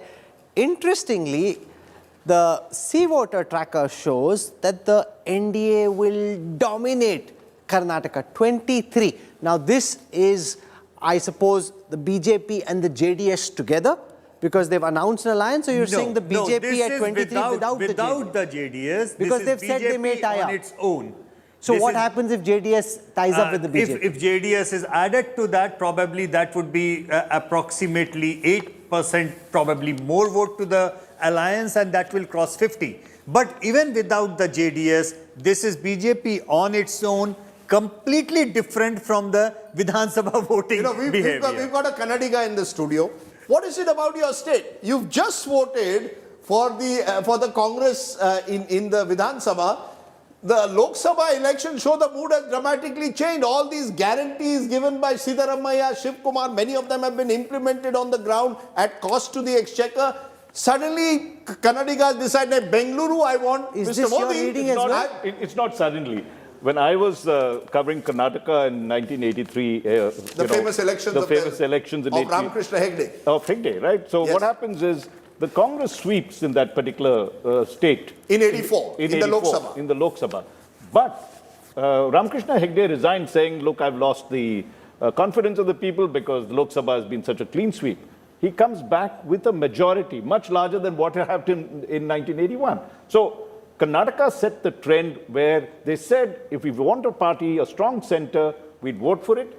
And if we want someone in the, as you know, like a good regional party, or at that time the Janata Dal, we would vote for them. Janata Party at that time, we would do it. So I think you're seeing that trend now replay itself, whether you're looking at Madhya Pradesh, Chhattisgarh and Rajasthan, precisely. The Congress won in those states, but when it came to the center, last time, out of 65 seats that were there, the BJP won 62, if I recall. So in the few minutes that we have left, I want to go through many more states. So we'll start with Kerala, where there are 20 seats, and C-voter projects, all 20 for the India Alliance. Now, how do you come to this number? You're adding Congress and left together? I'm not adding, the systems are adding. If you will ask me to put left and the Congress into one bracket, it will be 81%. But let me tell you, out of these 20, 19 are actually the Congress, only one is the left. Out of that 81%, so imagine left and Congress fighting separately. What do the numbers look like then?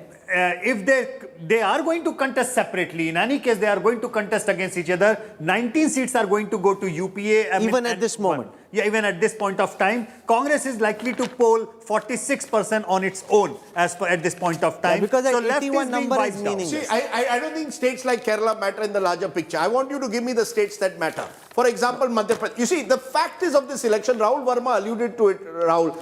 Mr. Modi and the BJP's challenge is keep the election national and make it a leadership contest. Balakot did it for them last time. Post Balakot, it was Mr. Modi's leadership. 2024, do you do it through Chandrayaan? Do you do it through G20? Do you do it through Ram Mandir? Say, create a sort of aura around Mr. Modi. The opportunity is there in your poll for the opposition. Do you localize it? Karnataka, for example, this is now Madhya Pradesh. Madhya Pradesh, the C-voter data says the Congress may pick up 6 seats. They picked up Chhindwara. They picked up Nakul's seat in Chhindwara. They lost all the others. Now you're saying the NDA could be at 23, India could be at 6, 48 versus 41. And look at what, the C-voter poll for Madhya Pradesh had said, a close contest. It's anyone's game in Vidhan Sabha to be held in November, December. Go to Lok Sabha and you're seeing a 23-6. The big picture is very clear. In Vidhan Sabha, localized factors, the opposition is in the race. Moment it's Lok Sabha, you're making it a leadership contest. That's the challenge and opportunity. I'll give you an example now, very quickly. If you look into Himachal, it will be just like that. No, suppose you had Kharge as your prime ministerial candidate. Do you think these numbers in Karnataka would stay what they are? They might change dramatically because he's a son of the soil, he's a Dalit. Would Mayawati then go along with you in UP because you're projecting the first Dalit Prime Minister? The opposition is going to have to think creatively. If they don't, if they just think that they can win on an anti-incumbency Modi wave, that's not happening. Elections were held in Himachal Pradesh. So let's come to Himachal Pradesh, where Sukhwinder Singh Sukhu is Chief Minister on the Congress's ticket. In Himachal Pradesh, what happened in the assembly is very different from what may happen in the Lok Sabha, because the Congress is likely to bag only 31% of the votes, the BJP 59% of the votes, the India may fail to open its tally, the NDA, BJP will win 4 out of 4 seats. That's a clean sweep. Those are the kind of numbers which are kind of insane when you look into the state level. That is why at the national level, Rajdeep, it looks like 43, 41, 42, 41. But when you look at the state level, similar kind of opposite seats like in the state of Tamil Nadu. It is the DMK plus which is sweeping all the way on the other end. So you're running ahead of our run now. Yeah. You've mentioned Tamil Nadu, so let me go to Tamil Nadu now. In Tamil Nadu, 39 seats on offer. The India Alliance had done very well last time, and that is exactly what seems to be happening in this poll as well. The AIDMK BJP Alliance coming a cropper according to the C-voter data. Yashwant Deshmukh projecting that the DMK-led India alliance with the Congress and the other parties that they'll have on the ticket at that time are likely to back all the 39 seats of Tamil Nadu, all the 39. So you're showing extreme variations. Kerala, India sweeping, Tamil Nadu, India sweeping, Uttar Pradesh, NDA sweeping. So this will be, and it's Rajdeep, almost a like really exciting election. 53% votes for the DMK plus alliance in Tamil Nadu. Right now, Mr. Stalin is likely to So you're poll. saying AIDMK has fallen even further? It's fallen different. It's 33%. It's 0 seats that is coming up right now. See, Kerala is not surprising because both the number 2 parties are on one side. So either way, whatever happens, you get 20 out of 20. Tamil Nadu is a bit of an outlier because here at least the voters are voting for the same party or the same grouping in the state level and the center. That's not happening in too many other parts of the country. Uttar Pradesh outlier on the other side. In Uttar Pradesh, you're voting for Yogi Adityanath at the state and you're voting for Mr. Modi at the center. You'll probably do that in a Gujarat as well. But Tamil Nadu is the one state which the opposition can hold on to. Kerala, at the 39 and 20, they've got 59. So you've got 2 banker states on either side. Banker states for the BJP are UP and Gujarat, 106. Banker states for the opposition seem to be Tamil Nadu and Kerala, 59. It's this Maharashtra, Madhya Pradesh, Bihar, Bengal, Karnataka. 5 states where the opposition could bring the BJP down by double digits. 303 becomes 250. Then it's game on. Because where does the BJP grow? The BJP's growth No, centers... but what has happened in Madhya Pradesh which made you put it in the battleground state frame? I'll tell you why. When you've got 29 out of 30, Rahul, last time, you can only go down, presumably. And in the past, Madhya Pradesh has seen tough contests at times in Lok Sabha. And if in November, December, Yashwant's numbers are right, and you've got a close Vidhan Sabha contest, let's assume the Congress forms a government. Let's assume. You've got 5 months to perform. My point is, I'm not saying that will happen, but these are opportunities. I don't see anything else changing dramatically among double-digit changes. Double-digit changes, Rahul, I am seeing at the moment in these 5 states. Therefore, this election are these 5 states, and the BJP has to retain its gut in Uttar Pradesh. If they retain their gut in Uttar Pradesh, game over. Let's come to Assam. Let's see what the numbers in Assam are saying in this C-voter poll. 12 wins for the NDA, 1 for the India Alliance, others at 16. 48% of the vote share for the BJP, 36% for the India Alliance. A big win for the BJP. is separate in this one, but even if they come together, even if the India Alliance vote share go up, Rajdeep, the numbers are not going to change because we know that AIDF impact is limited to the Muslim majority seats in the Southern Assam. However, this is one step, Rajdeep, where you can argue that, okay, double engine is working because even in Uttar Pradesh and Assam, where the chief minister's popularity goes very much supplementary and complementary with the prime minister's popularity. Let's come to Gujarat. 26 states, 26 seats here. C-voter predicts with no great surprise element that the BJP will sweep 26 seats. You know, now this is, Raj, in some senses, like the American elections, where there are certain states like New York, California, Texas, where you largely know what will happen, and that is what ends up happening, the blue states and the red states. And by the way, here we have added Aam Aadmi Party and Congress together. For those who are wondering, 35%. It includes Aam Aadmi Party in the India Alliance. In fact, this morning when when I was trying to analyze what the numbers would be, I spoke to someone from the Aam Aadmi Party who said these are the states where we could maybe pick up 4 or 5. Belief in the tribal belt, where AAP did well, where Congress has a traditional vote, like in a Patan, a Banaskantha, we could give the BJP a fight. I said forget about it in Lok Sabha. In Lok Sabha, as far as Gujarat is concerned, there's the Timo factor. There is Modi only. It's his home state. So I don't think this is of any surprise at all. So I think there are certain states, as you're right, unlike the rest of India. I think the rest of India is surprising me when I look at a Karnataka and a Maharashtra, or a Himachal Pradesh. Himachal Pradesh, you've just won an election 6 months ago. Now you're predicting BJP at 59%. So what this is the where the colors, Modi Rahul, factor. which you give the red and blue in USA here, you're giving saffron state? Yes, you give saffron and blue. So we've got 2 saffron states in India, or 3 if you want to call it, Assam, UP and Gujarat. These are firmly saffron states. At this moment. Assam, at this moment. Till very recently wasn't. But these are the 3. And I give 2 states, you can call them the blue states, or the India Alliance would like to call them the secular states, Tamil Nadu and Kerala. The rest of India, and we've not discussed states where, neither of these parties are strong. Andhra Pradesh, Telangana, for example. So let's come to Delhi next. Okay, we can look at Delhi because it's interesting. In Delhi, there are 7 seats.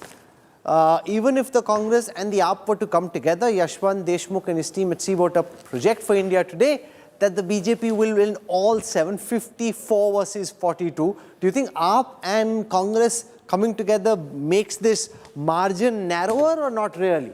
Not really. I mean, look at that. Once they cross 50% of that vote share, it doesn't matter in that way. Besides, again, the chemistry question, how many seats Congress does contest, how many seats Aam Aadmi Party contest, and whether the voters of Aam Aadmi Party vote for the Congress candidates or not. Let's come to Chhattisgarh, where the Chief Minister of the Congress is the most popular Congress Chief Minister around, and also a man who, according to the polls, seems set to take the Congress to victory. At least that's what the polls are saying at this moment. Despite all that, in the Lok Sabha projection, the NDA alliance is expected to bag 10 out of the 11 seats. The India Alliance only won, a gap of 10% in the vote share in Chhattisgarh. Can we turn to from there?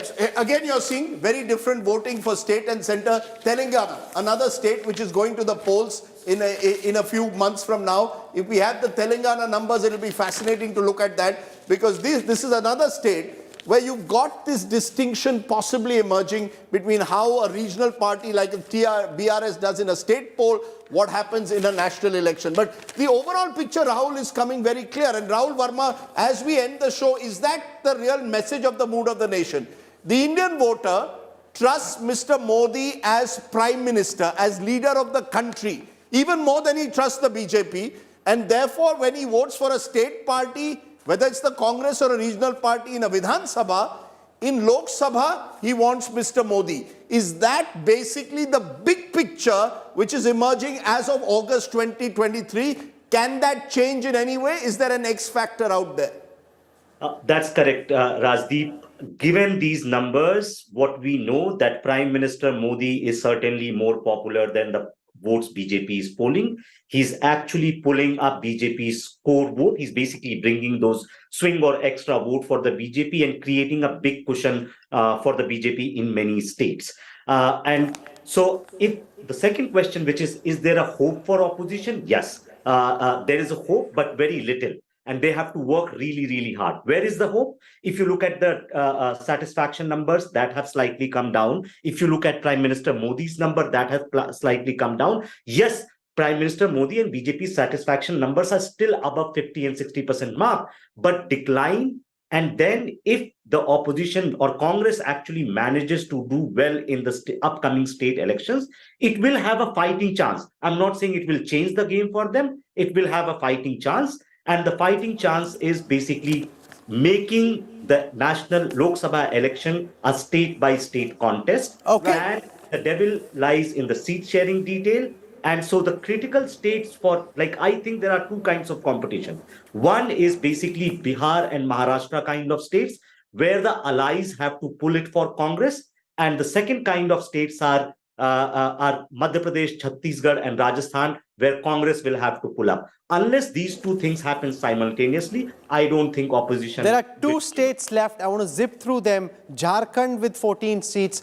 C-Voter predicting for India Today that the BJP will win 12 of those seats. The India Alliance 2. This is despite the JMM, the Congress, and the RJD.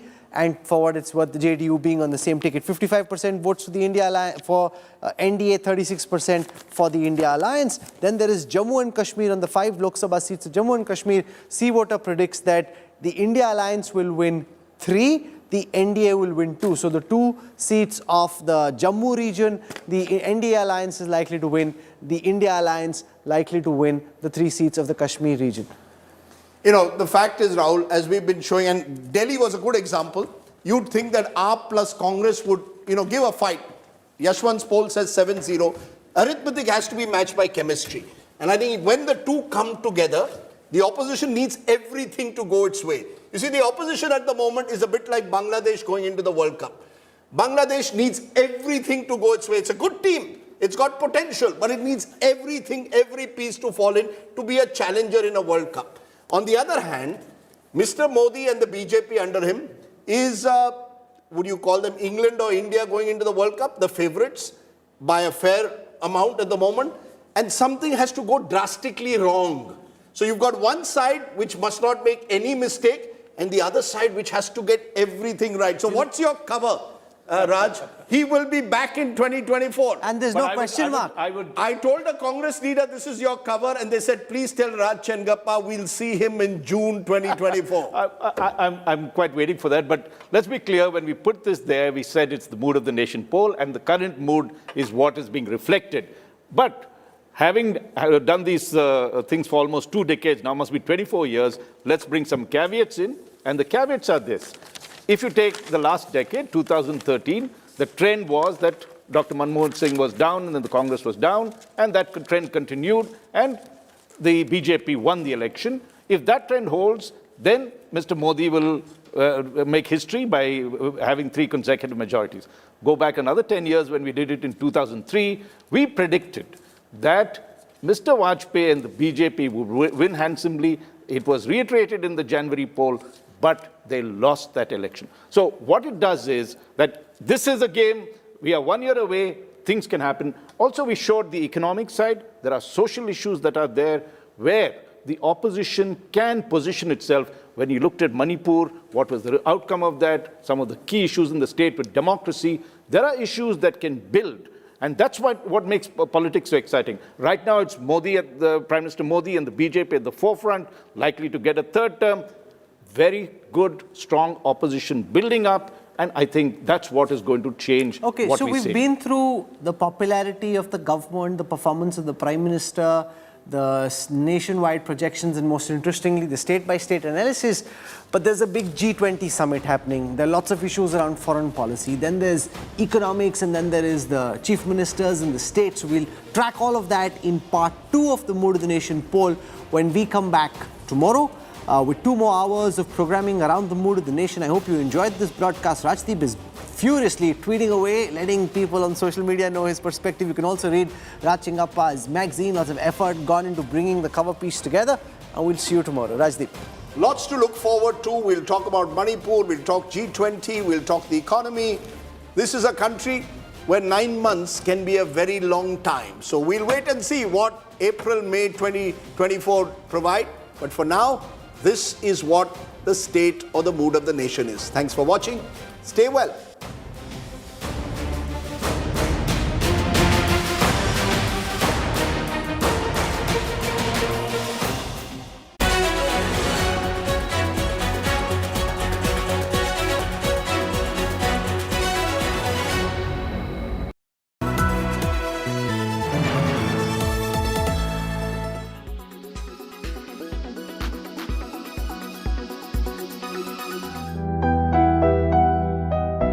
Our approach of one earth, one family, one future is resonating across the globe. This success belongs to all of humanity.